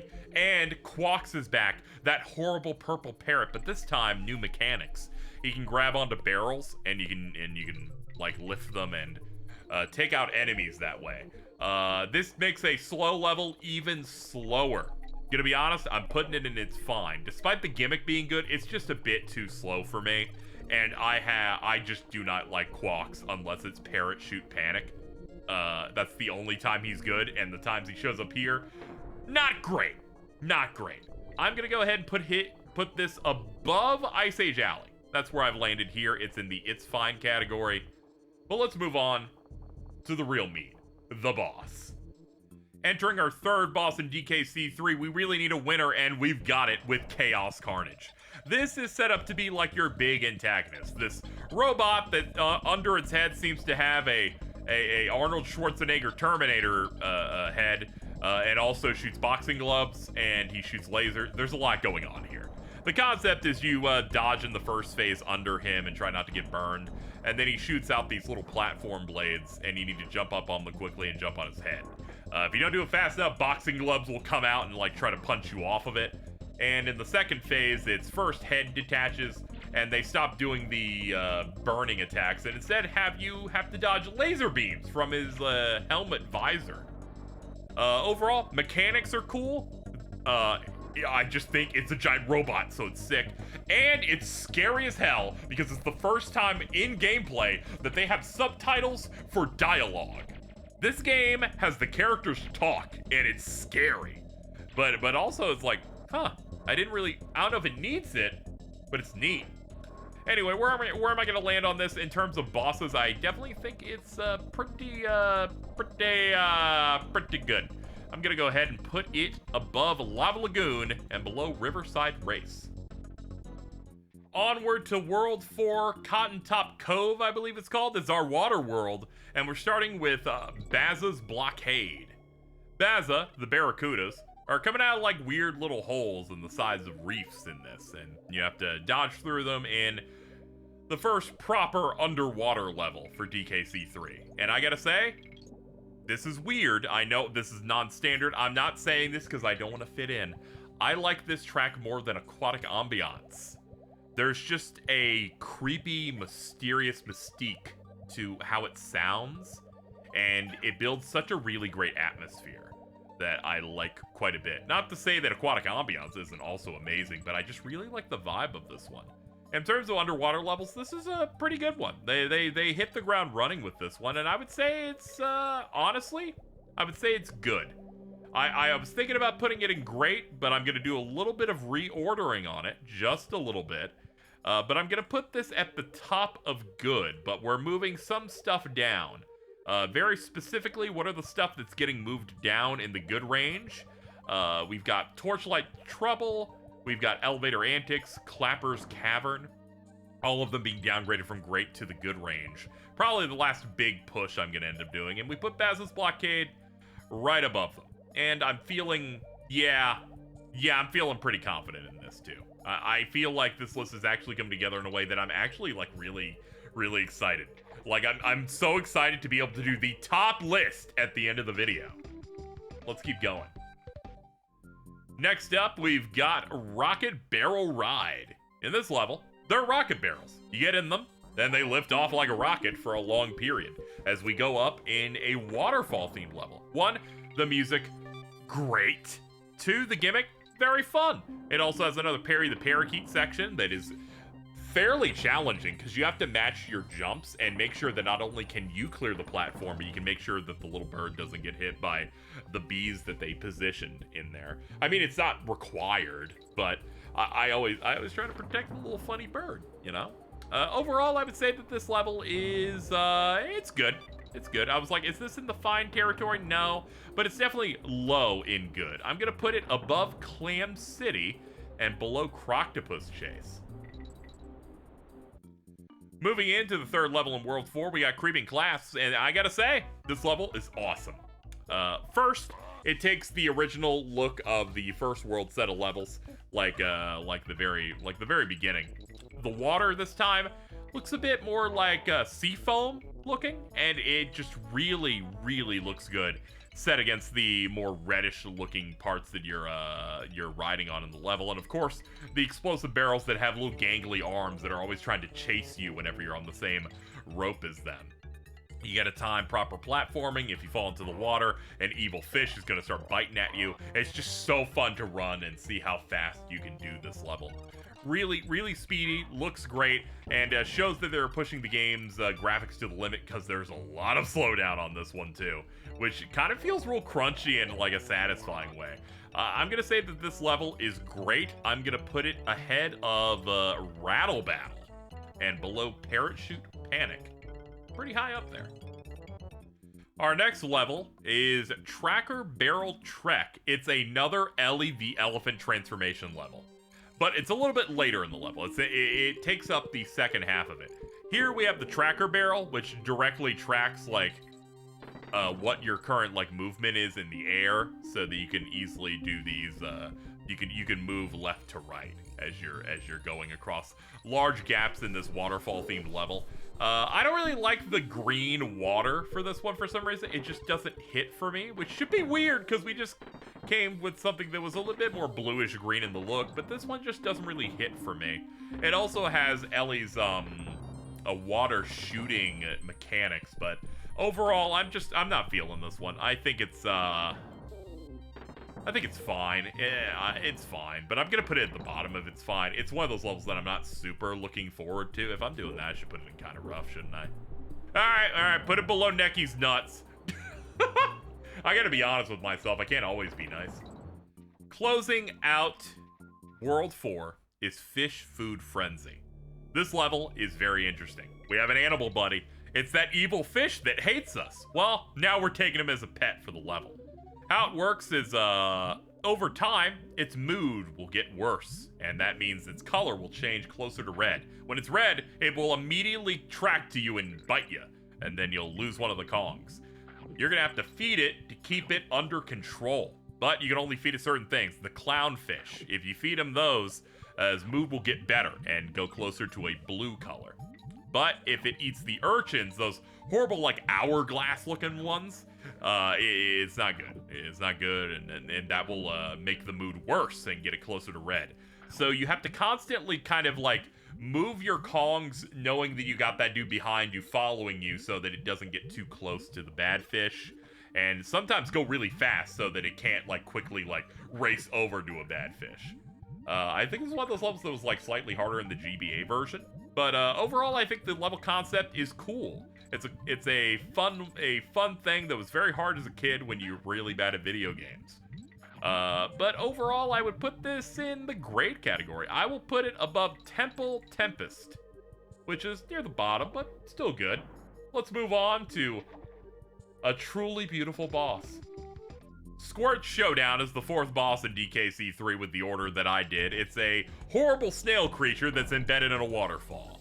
It squirts water at you, then the water pressure is so hard that it'll push you into a pit. By the way, Ellie the elephant is your permanent transformation here. Yeah, they use the elephant a little bit too much, which is sad because I like them. In this, you suck up some of the water to make sure you have ammo, and then you jump in a big circle, either clockwise or counterclockwise, to avoid the jet stream of the water. Then, once he's done and exposes his eyeballs, you squirt each eyeball 2 times, and he's like, ow, that irritates me. And once you do both once, you've beaten a phase. Do this 2 more times, then it's over. And then you win. It gets progressively harder in that the water stream goes a little faster, and it does an additional 360 around the arena. Also, the cliffs are kind of curved, so if you don't make a good jump, you will slide off. Overall, boss-wise, I'd say it's fine. Overall, it's just like, we're just getting through it. You know, it's no big deal. I'll put it past Gangplank Galley, but below Topsail Trouble. World 5 has us moving on from the water to the mountainous area of K3, starting with Crevice Creepers. And this level is great. It's a nice mix of how fast can you climb this mountain. It also has the creepy dynamite looking guys, so they want you to go fast. And boy, does it feel good to, like, set them up where you get them on the left side and you quickly jump to the right and you're zigzagging through, and really shows the power of Kiddy Kong, because Kiddy Kong is faster when moving on ropes because he's got that big arm strength. And length. Dude, his biceps are crazy. He's like Popeye. Anyway, it's a very fun level. The theme for the mountainous areas is also very good. So I'm definitely going to put it pretty high up there. Do I put it in peak? For now, I will. For now, I will, but it's going to be the very bottom. It might move later, though. But for now, I enjoy it a decent bit. Next up, we got Tearaway Toboggan. We got some nice snow in this area, and of course using the minecart equivalent of this toboggan style thing, just like Demolition Drain Pipe. This one, honestly, is about as hard as the last one we did. Very difficult to try and just do things very quickly. Especially hard if you're trying to get every bonus, because one of them involves you having to weave under a house just to get to it. Overall, it's not really doing much different aside from just you're outside now and you're just doing proper jumping and platforming through it. But where do I feel on it? I'd say it's pretty good. I do enjoy it. I'm gonna put it above Hornet Hole overall. The level theme and vibes aren't giving it doing it a lot of favors, but it is challenging, and I do enjoy playing it each time I do a replay. Here we go. It's time for our third level, and it is Barrel Drop Bounce, and I gotta be real with this one. Yeah, I'm not a fan. We're doing an update to the bottom list here. Red Hot Ride, Murky Mill, and Web Woods. Gonna go ahead and put them into the Get Me Out of Here tier along with this level. I think about it and I'm like, am I opposed to all these? And I'm like, honestly, yeah. Yeah, I'm not a fan. This one mainly because it makes one Kong insufferable to play as. So the gimmick of the level is that it's a waterfall and barrels are gliding down it. And there's one big section in which you have to properly platform from each one. With Dixie, it's a little bit easier to recover with it because she can float, so you can get the long distance ones. Kitty, not so much. You fall down this thing and you want to be dead. It's just a level I dread. It's the one level in this world that I just do not like. And also, because of the way the level is assembled, there's some very few death points, so you can fall off from like 80% of the level to the bottom, and then you're just like, oh, great, man. Oh, it's solid. Let me go climb up again. No. Entering the fourth level for World 5 K3, Crack Shot Croc. Sorry to say, folks, we got some peak on the menu. The premise is simple. It's a factory level. You're playing as Squitter the entire time, but you have awoken a crosshair. A sniper is trained on you and is trying to shoot you the entire level. The UI starts lighting up when it's about to shoot out a fireball, and you got to make sure to move. You got to make those deliberate times where you have to bait out the shot and use your webs to make your way up. This level it's so cool. It's just a really cool idea for a level, and they only use it once, and I like it a lot. In terms of like where I would put it here, I'm gonna put it above Slip Slide Ride. Boy, is it hard to say that word apparently for me. But yeah, I think it really shows the inventiveness of a DKC level, and I'm fine with gimmicks. I love doing gimmick levels so long as the gimmick is fun and there's a way for you to do it quickly. And that's kind of the vibe I'm always had with the DKC games. Anyway, let's move on. So now we're ending with Lemguin Lunge, which is they're penguins. They come out of holes and they come out in like lemmings, and then you can use them to bounce up hills and stuff, and you can bounce on them in sequence, which always feels really good. They're pretty dangerous though, so you're gonna have to be careful. In terms of snow levels, I'd have to say pretty good. I think this is a comfortable, good level. If I had to pick where I would place it in here, I would put it above Elevator Antics. So it's pretty high up in the good range, but it's just not saucy enough to hit some of the like top tiers that I'm looking at here. But overall, it's a fun level. It's a nice de-escalation before you hit the boss, and a fairly consistent world, with the exception of the waterfall level. Very solid world in general, which is great because I have some things to say about the world after this. But first, boss time. Showing how inventive they can be, or, you know, using the whole animal. Bleak's House is a boss fight that is a mini game, essentially. It's taking the swanky mini games that you can play in this, in the big top, where you have this weird like third-person shooter mode where you're throwing snowballs, and the point is that you have to hit him in his like glowing tie. And then you have to pick like the area so he'll recede into the background, and you have to hold up to do long shots. And they want you to be accurate and fast. And then you'll have phases where he's real close to the camera, and then you have to do a series of bullet dodges where he's shooting large configurations of snowballs at you, and after you dodge a bunch of them, he laughs at you, and then you have a small window to hit him.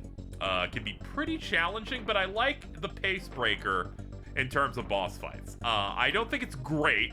I don't think I'm confident enough for that, but I do think it's good. Where I'm landing is I'm gonna put it above Riverside Race and below Demolition Drainpipe in the good tier. Let's move on to Razor Ridge. Welcome to Razor Ridge, everybody. This is the penultimate world for the main game. We got 2 worlds after this, including the Lost World. And I've been lying to myself for a long time. Where I used to believe that DKC3 was my favorite of these. But I feel like this world kills it dead. Because I feel like I don't like most of this world. And it all starts with this level, Buzzer Barrage. This is a Quox level, a Purple Parrot level, and it is long. It is a long level. It also introduces my least favorite enemy in all of these games, which has to be Copter, which is the yellow Kremling that is wearing like a helicopter gear to spin around. They're just annoying as hell. I do not like them. This level is too slow. It's too plodding. It's mostly dropping barrels onto the floor of caves to roll them under bees to hit the one bee that is blocking the point that you need to swoop in as Quox to get to. It is everything I don't like about these levels. I gotta say it, get me out of here. Honestly, when looking at everything here, it is maybe my least favorite level of any of the games. So I'm putting it at the very bottom of Get Me Out of Here. Below even bosses that I put Get Me Out of Here down here just because they're like 20-second bosses that are just bad from DKC1. This is just the worst it can go, which honestly is it's a real disappointment. I found this level really hard as a kid. Every time I replay these, I'm like, well, we're at a K3 and well, to get to the good stuff, we gotta get past this. It's just so unfortunate. But yeah, that's where it lay. Next up, we've got another level that's a bit on the annoying side for me, but I wouldn't say is anywhere close to being terrible like Buzzer Barrage is for me, which is Confused Cliffs. The premise, cool as hell. We're going through the canyons, we're going up the mountains on one rope, and that rope is burning from the bottom, which means it's an auto-scroller up, filled to the brim with bee enemies and those annoying-ass copters as you try to make your way up, occasionally jumping off for bonuses or barrels that can give you fun stuff. Overall, I like the gimmick, but I also really don't like playing it. So where's that land? Well, that lands in the Fence Sitter tier list. I call that it's fine. Anytime it's a level that's either too basic or I don't hate it enough to put it in kind of rough, but I don't like it enough to put it into good. But where does it go in there, you may ask? I'm going to go ahead and put it above Springing Spiders and below Coral Capers from DKC1. And that's kind of where it's going to have to live. Floodlit Fish is our next level, and I also don't really care for this one, if I'm being honest. It is a dark level. This time, though, you're unguard the entire time, and you're hitting these fat fish that don't die, but when you hit them, they release light, which lights things up. And it's mostly you trying to avoid the urchin-style enemies in a bit of a dark water maze. Do I think it's kind of rough? I don't know. Would I consider it kind of rough? I'm gonna move some stuff probably to kind of rough, do I think? Kind of rough is our one category that, like, barely has anything in it, because I'm too afraid of putting easy levels in it. But I kind of have to, based on, like, how... No, they make sense to where they're at. They make sense where they're at, I think. I shouldn't do it. I'm doing it. Alright, here's what we're doing. Ladies and gentlemen. We're gonna put this ahead of some stuff and it's fine, and then we're gonna banish it all down there. How far are we gonna go? We're gonna go up to Ropey Rampage, You're Allowed to Live. So what happens is now, Kinda Rough is gonna be the home of a lot of level 1s in here, and some level 2s, and some level 3s. I'm sorry for doing this to some of you guys, but we can't just have Kinda Rough have 3 levels in it. So we're gonna go and put it at the top of Kinda Rough, below Skitter's Row, Tidal Trouble, Winky's Walkway, Lakeside Limbo, and Jungle Hijinks, all of them being added in. Necky's Nuts, no longer the leader of Kinda Rough. Necky's Nuts, also, I'm gonna go ahead and put you ahead of Jungle Hijinks. Entering the 4th level of World 6, we've got Pothole Panic. This is kind of like a smaller scale version of Animal Antics, where you're using a bunch of animal buddies, but you're riding them in this. It's more of a purple cave style. It shows a new type of enemy that's it's kind of like the barrel dudes, the clobbers from the previous game, but they have like a face, which we've seen them throughout this game, but this introduces the purple ones that lob bombs at you. Overall, this level's fairly basic. The only real gimmick is that you're jumping between the different animals as you ascend, which can be interesting and helps keep you keeps you engaged. But overall, I would say it's just fine. I'm gonna go ahead and put it above Glimmer's Galleon and below Snow Barrel Blast, but overall, it's simply a fine level. But thankfully, this world is gonna end strong. I've given this world a little bit of grief, saying that it's like the worst world in the game for me, and one of its levels is the worst level, in my opinion, for the entire trilogy with Buzzer's Barrage.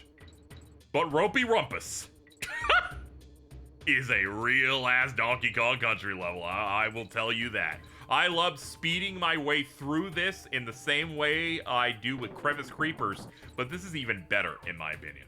I love the speed of it. I love the colors used in it. So it's going into peak DKC, because Crevice Creepers is at the very bottom of that. But where do I put it? I'm going to go ahead and put it ahead of Oil Drum Alley. Pretty high up there. It's just... There's just something with the rope levels, especially with Kiddy Kong, where it just feels so good when you're speeding through it and you're just, like, weaving between the bees. It's when you're doing, like, a modern Sonic level and you feel so good that you pick the right routes and you've boosted through it properly and you just don't even have to worry about the enemies, and it just feels like this, you enter that flow state. It's just so damn good. So I have to put it in peak. I'm so glad they ended strong. If you had a mid-level here, I'd be like, this world sucks ass. But thankfully not. Now let's fight the really terrible boss. Okay, I may have baited you. I don't think the boss is terrible. It's just horribly ugly. Barbossa's Barrier is the boss here. It's the boss of Pacifica in the GBA version of DKC3 that added an entirely new world, but I've only played those levels once. I wouldn't have been able to judge them the way I judge these, where I've played every single level you see in here at least 30 or 40 times. Probably way more. I definitely played these a lot back in the day and still do. The concept here is you transform into Unguard, and then you have to stab Barbos, the giant urchin thing, in its meaty part. But you have to do different things to expose it, like hitting urchins and pinballing them against its little guards for the first phase. Then it's going to shoot like little rocket needles at you that you need to direct into those defenses to then hit it again. And then you have one last phase where you're dodging a bunch of projectiles from it until it stops, and then it lets you hit it again. Definitely one of the more difficult bosses in this game, I'd have to say. I'm kind of leaning on it being good. I'm going to go ahead and put it above Clam City, below Rocket Barrel Ride.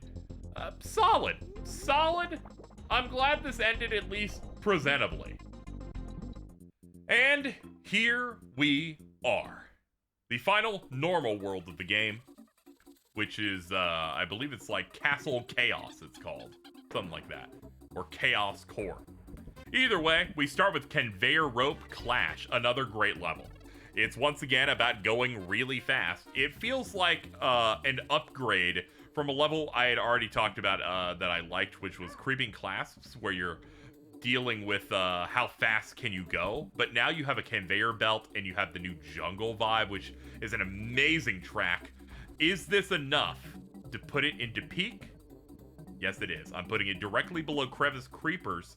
I just really enjoy it. It's got the porcupine enemies that now just entirely roll the whole time, so it's very hard to take them out. The conveyor belts make you go so fast that the obstacles become even more stressful to deal with. And the level aesthetic and music are really good. So I have to say, yeah, it's peak. Really enjoyed this one. Our second level for this last world is Creepy Caverns. Yeah, this one's not very good. I'm gonna be honest. I'm gonna say that this is rough. It is a cave level. The gimmick is that the barrels are ghosts.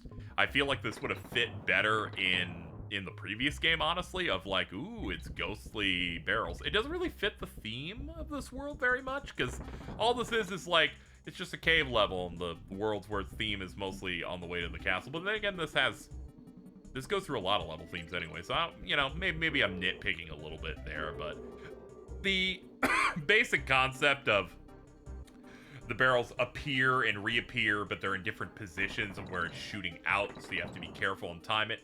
It's cool, but it's a little bit slow, and I don't know. I just think it's kind of rough. It's one that I'm not necessarily looking forward to. Can it break the Necky's Nuts barrier? Yeah, I'll be fair to it. Yeah, it's gotta beat some of this stuff. I'm gonna say it's above Skidda's Row, but below Floodlit Fish. If you made me pick between them, I'd pick the Dark Fish. Next up, we have a level that I'm surprised isn't a Lost World level because it's so ridiculous. Lightning Lookout, one of the hardest levels in this entire game, and one of the hardest levels generally for DKC, where lightning is flashing on the top of the screen, telling you where it's going to strike, and then it's going to shoot down to the ground, unless it's hit by an enemy, a barrel, or a Kong. Additionally, of course, it electrifies water if it ever hits anywhere near it, so do not be touching any part of that water. The best strat for this is to be Dixie and to hold either a barrel or like a half-dead like little bug, and then if the lightning hits, it will prioritize the enemy first, and since she holds things over her head, it's the safest strat. Also, you gotta like, it's just like Crackshot Croc where you're baiting out the attacks. Overall, would I put it in peak? I wouldn't, because I think it's a little too hard. It filters me out a little bit. And so it takes down a little bit of that enjoyment. I'm gonna put it below Target Terror and above Creepy Crow. Still pretty good though. I'm so excited. We have less than 10 levels left. Next up is Coin Dozer Clamber. This is the revenge of the coin enemies. I haven't had to really talk about them because these are about just going through the levels and not completing them. The DK coin is behind a shield for this new enemy called Coin. You have to throw and have a metal barrel hit them in the back. Well, these guys don't have that coin except for the mandated one for the level. And they are aggro. They run at you, and if their shield hits you, it makes you bounce back. Add to that a bunch of holes, and they'll just knock you into the pits and kill you. This means never play as Kitty. If you're playing as Kitty, you're in hell. If you're playing as Dixie, you win. Just do pinpoint floats onto their platforms, because of course they hold their shield above their head to make it a platform, and properly get through this to find victory. As a result, I don't think it's particularly that amazing of a level. We're gonna go ahead and put it in good. I am landing right above Cudgel's Contest, which is below Claim City, so it's near the bottom of the good category. My voice is giving out with each of these recordings that I do. I've had to take several breaks, but at least the audio isn't screwed up like the two other parts of this video that we've done. Here we are in Poisonous Pipeline, the final level of the main game. And in this one, you're going through the pipeline, but the water's purple. And if you remember what purple stuff does to us, that's right, it reverses controls. And it's a water level? Oh my god. Truly a depraved final level to do before your normal final boss. Weaving between all of the various fish and urchins and going up and down and trying to position properly. And the worst part, jumping out of it onto the surface and then immediately the controls are accurate and no longer reversed just feels awkward. But that said, it's not the hardest thing in the world. It has a nice little challenge to it. Am I gonna put it in good? I'm gonna kind of land on it's fine, I think. No. I was like, I think we fully filled up good in my opinion. So something's gonna have to get bumped. And I'm looking at what it beats out. And I would probably put this above Clam City.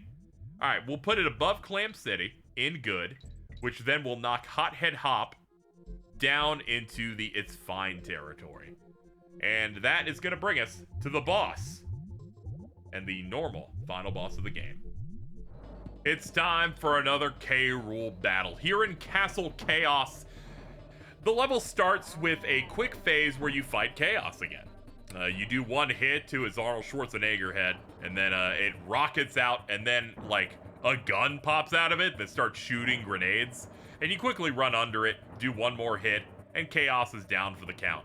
Then Baron K-Rulenstein, that's what K-Rool's doing this time. I love him so much. Please be in Bonanza. I am begging you.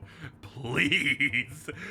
In this, he's doing a scientist bit, and he's so mad that you broke his stuff, and then the Kong start talking to him, and it's a little weird, and then the fight begins. The concept this time is he's got a little propeller backpack thing, and that's the only part where that is his only weakness. You have to hit barrels against that side. Everything else he's fairly invulnerable in.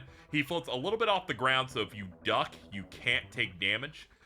In the later phases of this, it transitions to him using these bulbs on the bottom of the stage to shoot out electricity to make a stream. So you have to stay on platforms above it and use a bunch of handholds at the top of the stage to make it to the other side, to pull them down to activate a barrel to be summoned, and then you have to grab the barrel, make sure you're behind him, hit him in the pack, and then get him electrocuted. This transitions into his final phase where the electricity comes out every so often. You gotta race under him, across very quickly, get that barrel in position, and hit him 3 more times for the finish. Overall, in terms of K-Rool bosses, I like this more than Gangplank Galleon. But I don't think the music is as good.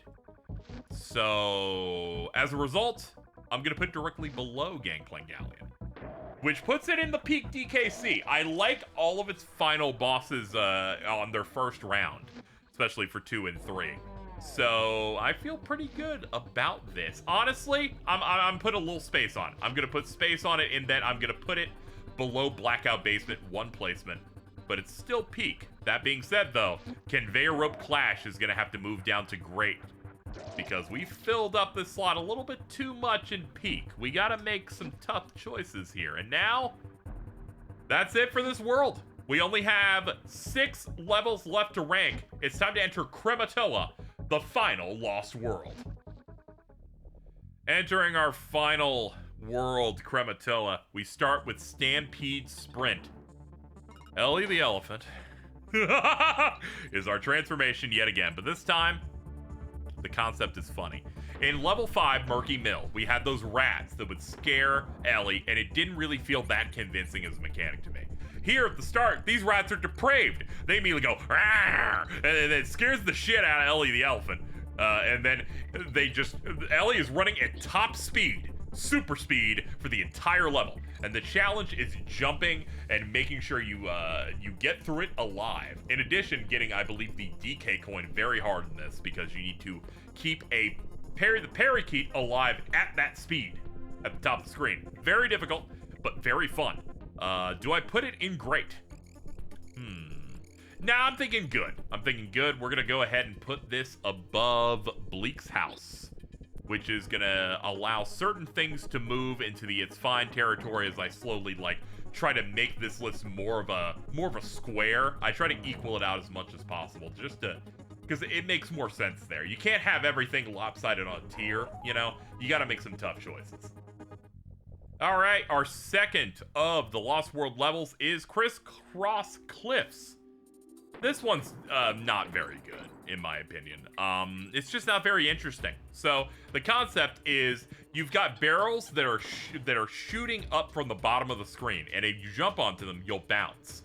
And that's a cool way to get up, but it looks a little janky. When I was playing it on a stream after I made this footage, people thought it was like a bug. They thought it was like a not intended thing.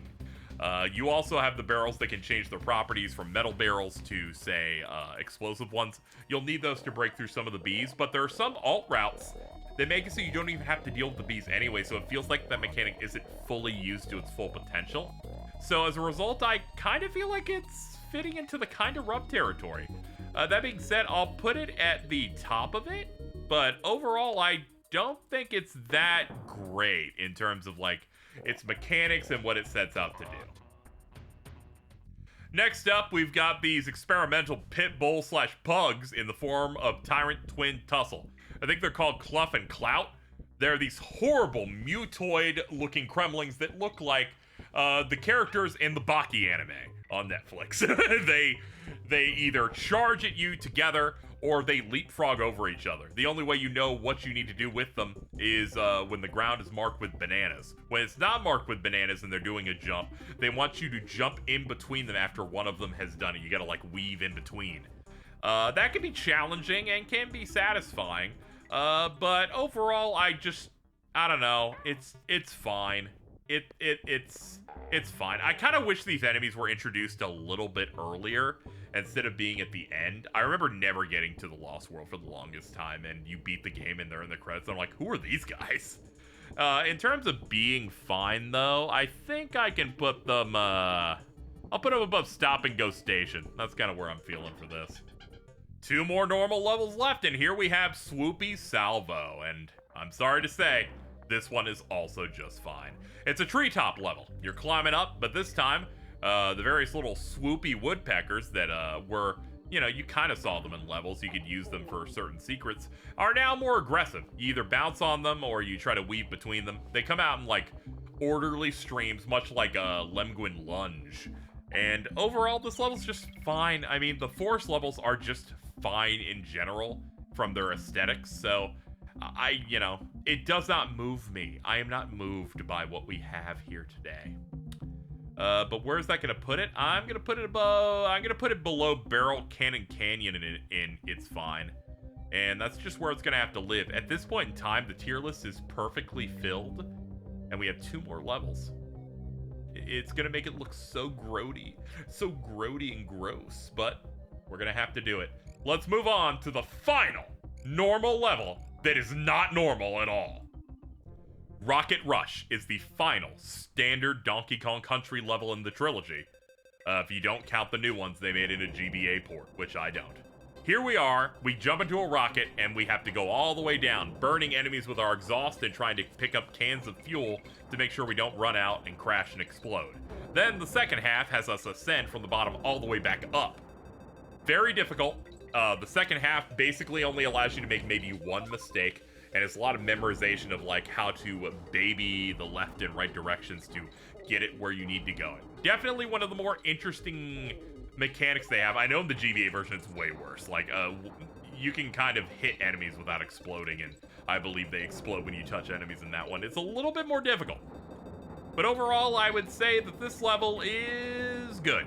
I would say that it is definitely good. I'll put it below Clam City, though, which then would move Coin Dozer down to the top. It's fine, which would then move Ropey Rampage to Kinda Rough, which would then move Doorstop Dash to get me out of here. That's right, an avalanche is happening with these levels.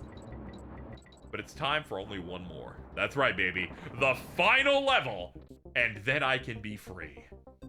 The Nautilus is the final boss of Donkey Kong Country 3 with the Lost World intact. It is another K. Rool fight, but unlike DKC2, it's not a victory lap. I genuinely think this is harder than the previous encounter you have with him in this game. He is mostly in the background at points, and there's electricity shooting up from above you, but when it stops, you're going to want to pick up a metal barrel, throw it into a hole at the top of middle of the screen, and you have to gauge where K. Rool is in the background so that when it goes up, it falls back there with him and hits his propeller for damage. Other times, he'll come into the foreground with you, and then you can hit him like that normally. But a lot of it is dealing with that, dodging the random fire gun, making sure to not jump and hit the lightning, and he occasionally will activate a conveyor belt on the floor to make things more difficult. If that wasn't bad enough, in the final phase, he no longer stays in the background, and instead, you have to hit him while the electricity is happening above you, the conveyor belt eventually is moving below you, that cannon's still firing, and oh yeah, electricity is going to shoot out of the bottom. But you're like, well, if all that's happening, how am I not going to get hit? Well, it turns out it's small bits of electricity. You then need to get on the other side of a barrel and let the metal barrel soak up the electricity. That shit's awesome. I think as a mechanic, that is super sick. Boss-wise, I would say it's good. I wouldn't put it in great just because it's a little... It challenges me and pushes me back a little bit, so it finds itself in the good range. I'm gonna go ahead and put it and do the final ranking here. I'm gonna put it above Elevator Antics, which then pushes Clam City into the It's Fine territory. Pirate Panic goes into Kinda Rough because it's a bit too basic, and Tracker Barrel Trek goes into Get Me Out of Here. And to the argument of, if you're pushing things to get me out of here, does Tracker Barrel Trek fit? Honestly, yeah. I actually do agree with it. Like, I feel like this landed perfectly fine. And now we have a full, completed tier list for all 3 Donkey Kong Country games combined, which means it's time for a countdown. And now we've reached the most difficult part of the video, in which I must list our top 134 Donkey Kong Country Trilogy levels. And I'm going to do it right now in one take. So let's get the whole thing in and get started. Starting with number 134, Buzzer Barrage. Number 133, Very Naughty's Lair. Number 132, Really Naughty's Lair. Number 131, Belch's Barn. Number 130, Boss Dumb Drum. 129, Necky's Revenge. 128, Poison Pond. Ew. 127, Red Hot Ride. 126, Murky Mill. 125, Web Woods. 124, Barrel Drop Bounce. 123, Door Stop Dash. 122, Tracker Barrel Trek. 121, Jungle Hijinks. 120, Necky's Nuts. 119, Lakeside Limbo. 118, Winky's Walkway. 117, Tidal Trouble. 116, Skidda's Row. 115, Creepy Caverns. I've lost my play. Hold on. 114, Floodlit Fish. Number 113, Criss Cross Cliffs. 112, Ropey Rampage. 111, Pirate Panic. 110, Eric's Ambush. 109, Reptile Rumble. 108, Bouncy Bonanza. 107, Bumblebee Rumble. 106, Main Brace Mayhem. 105, Loopy Lights. 104, Gangplank Galley. 103, Squirts Showdown. 102, Top Sail Trouble. 101, Ice Age Alley. And number 100, Low G Labyrinth. Still plenty to go. Let's keep it going. Number 99, Trick Track Trek. Number 98, Crow's Nest. 97, Misty Mine. 96, Millstone Mayhem. 95, Lockjaw's Locker. 94, Orangutan Gang. 93, Spring and Spiders. 92, Confused Cliffs. 91, Coral Capers. 90, Swoopy Salvo. 89, Barrel Cannon Canyon. 88, Tree Top Town. 87, Glimmers Galleon. 86, Pothole Panic. 85, Snow Barrel Blast. 84, Bobbing Barrel Brawl. 83, Stop and Go Station. 82, Tyrant Twin Tussle. 81, Hothead Hop. 80, Cudgels Contest. 79, Coindozer Clamber. 78, Clam City. 77, Rocket Rush. 76, Poisonous Pipeline. 75, Barbos's Barrier. 74, Rocket Barrel Ride. 73, Croctopus Chase. Number 72, Arctic Abyss. Number 71, Cleaver's Kiln. And number 70, Platform Perils.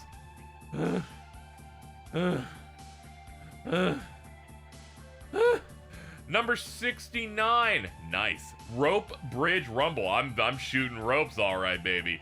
Number 68, Barrel Bayou. 67, Squeals on Wheels.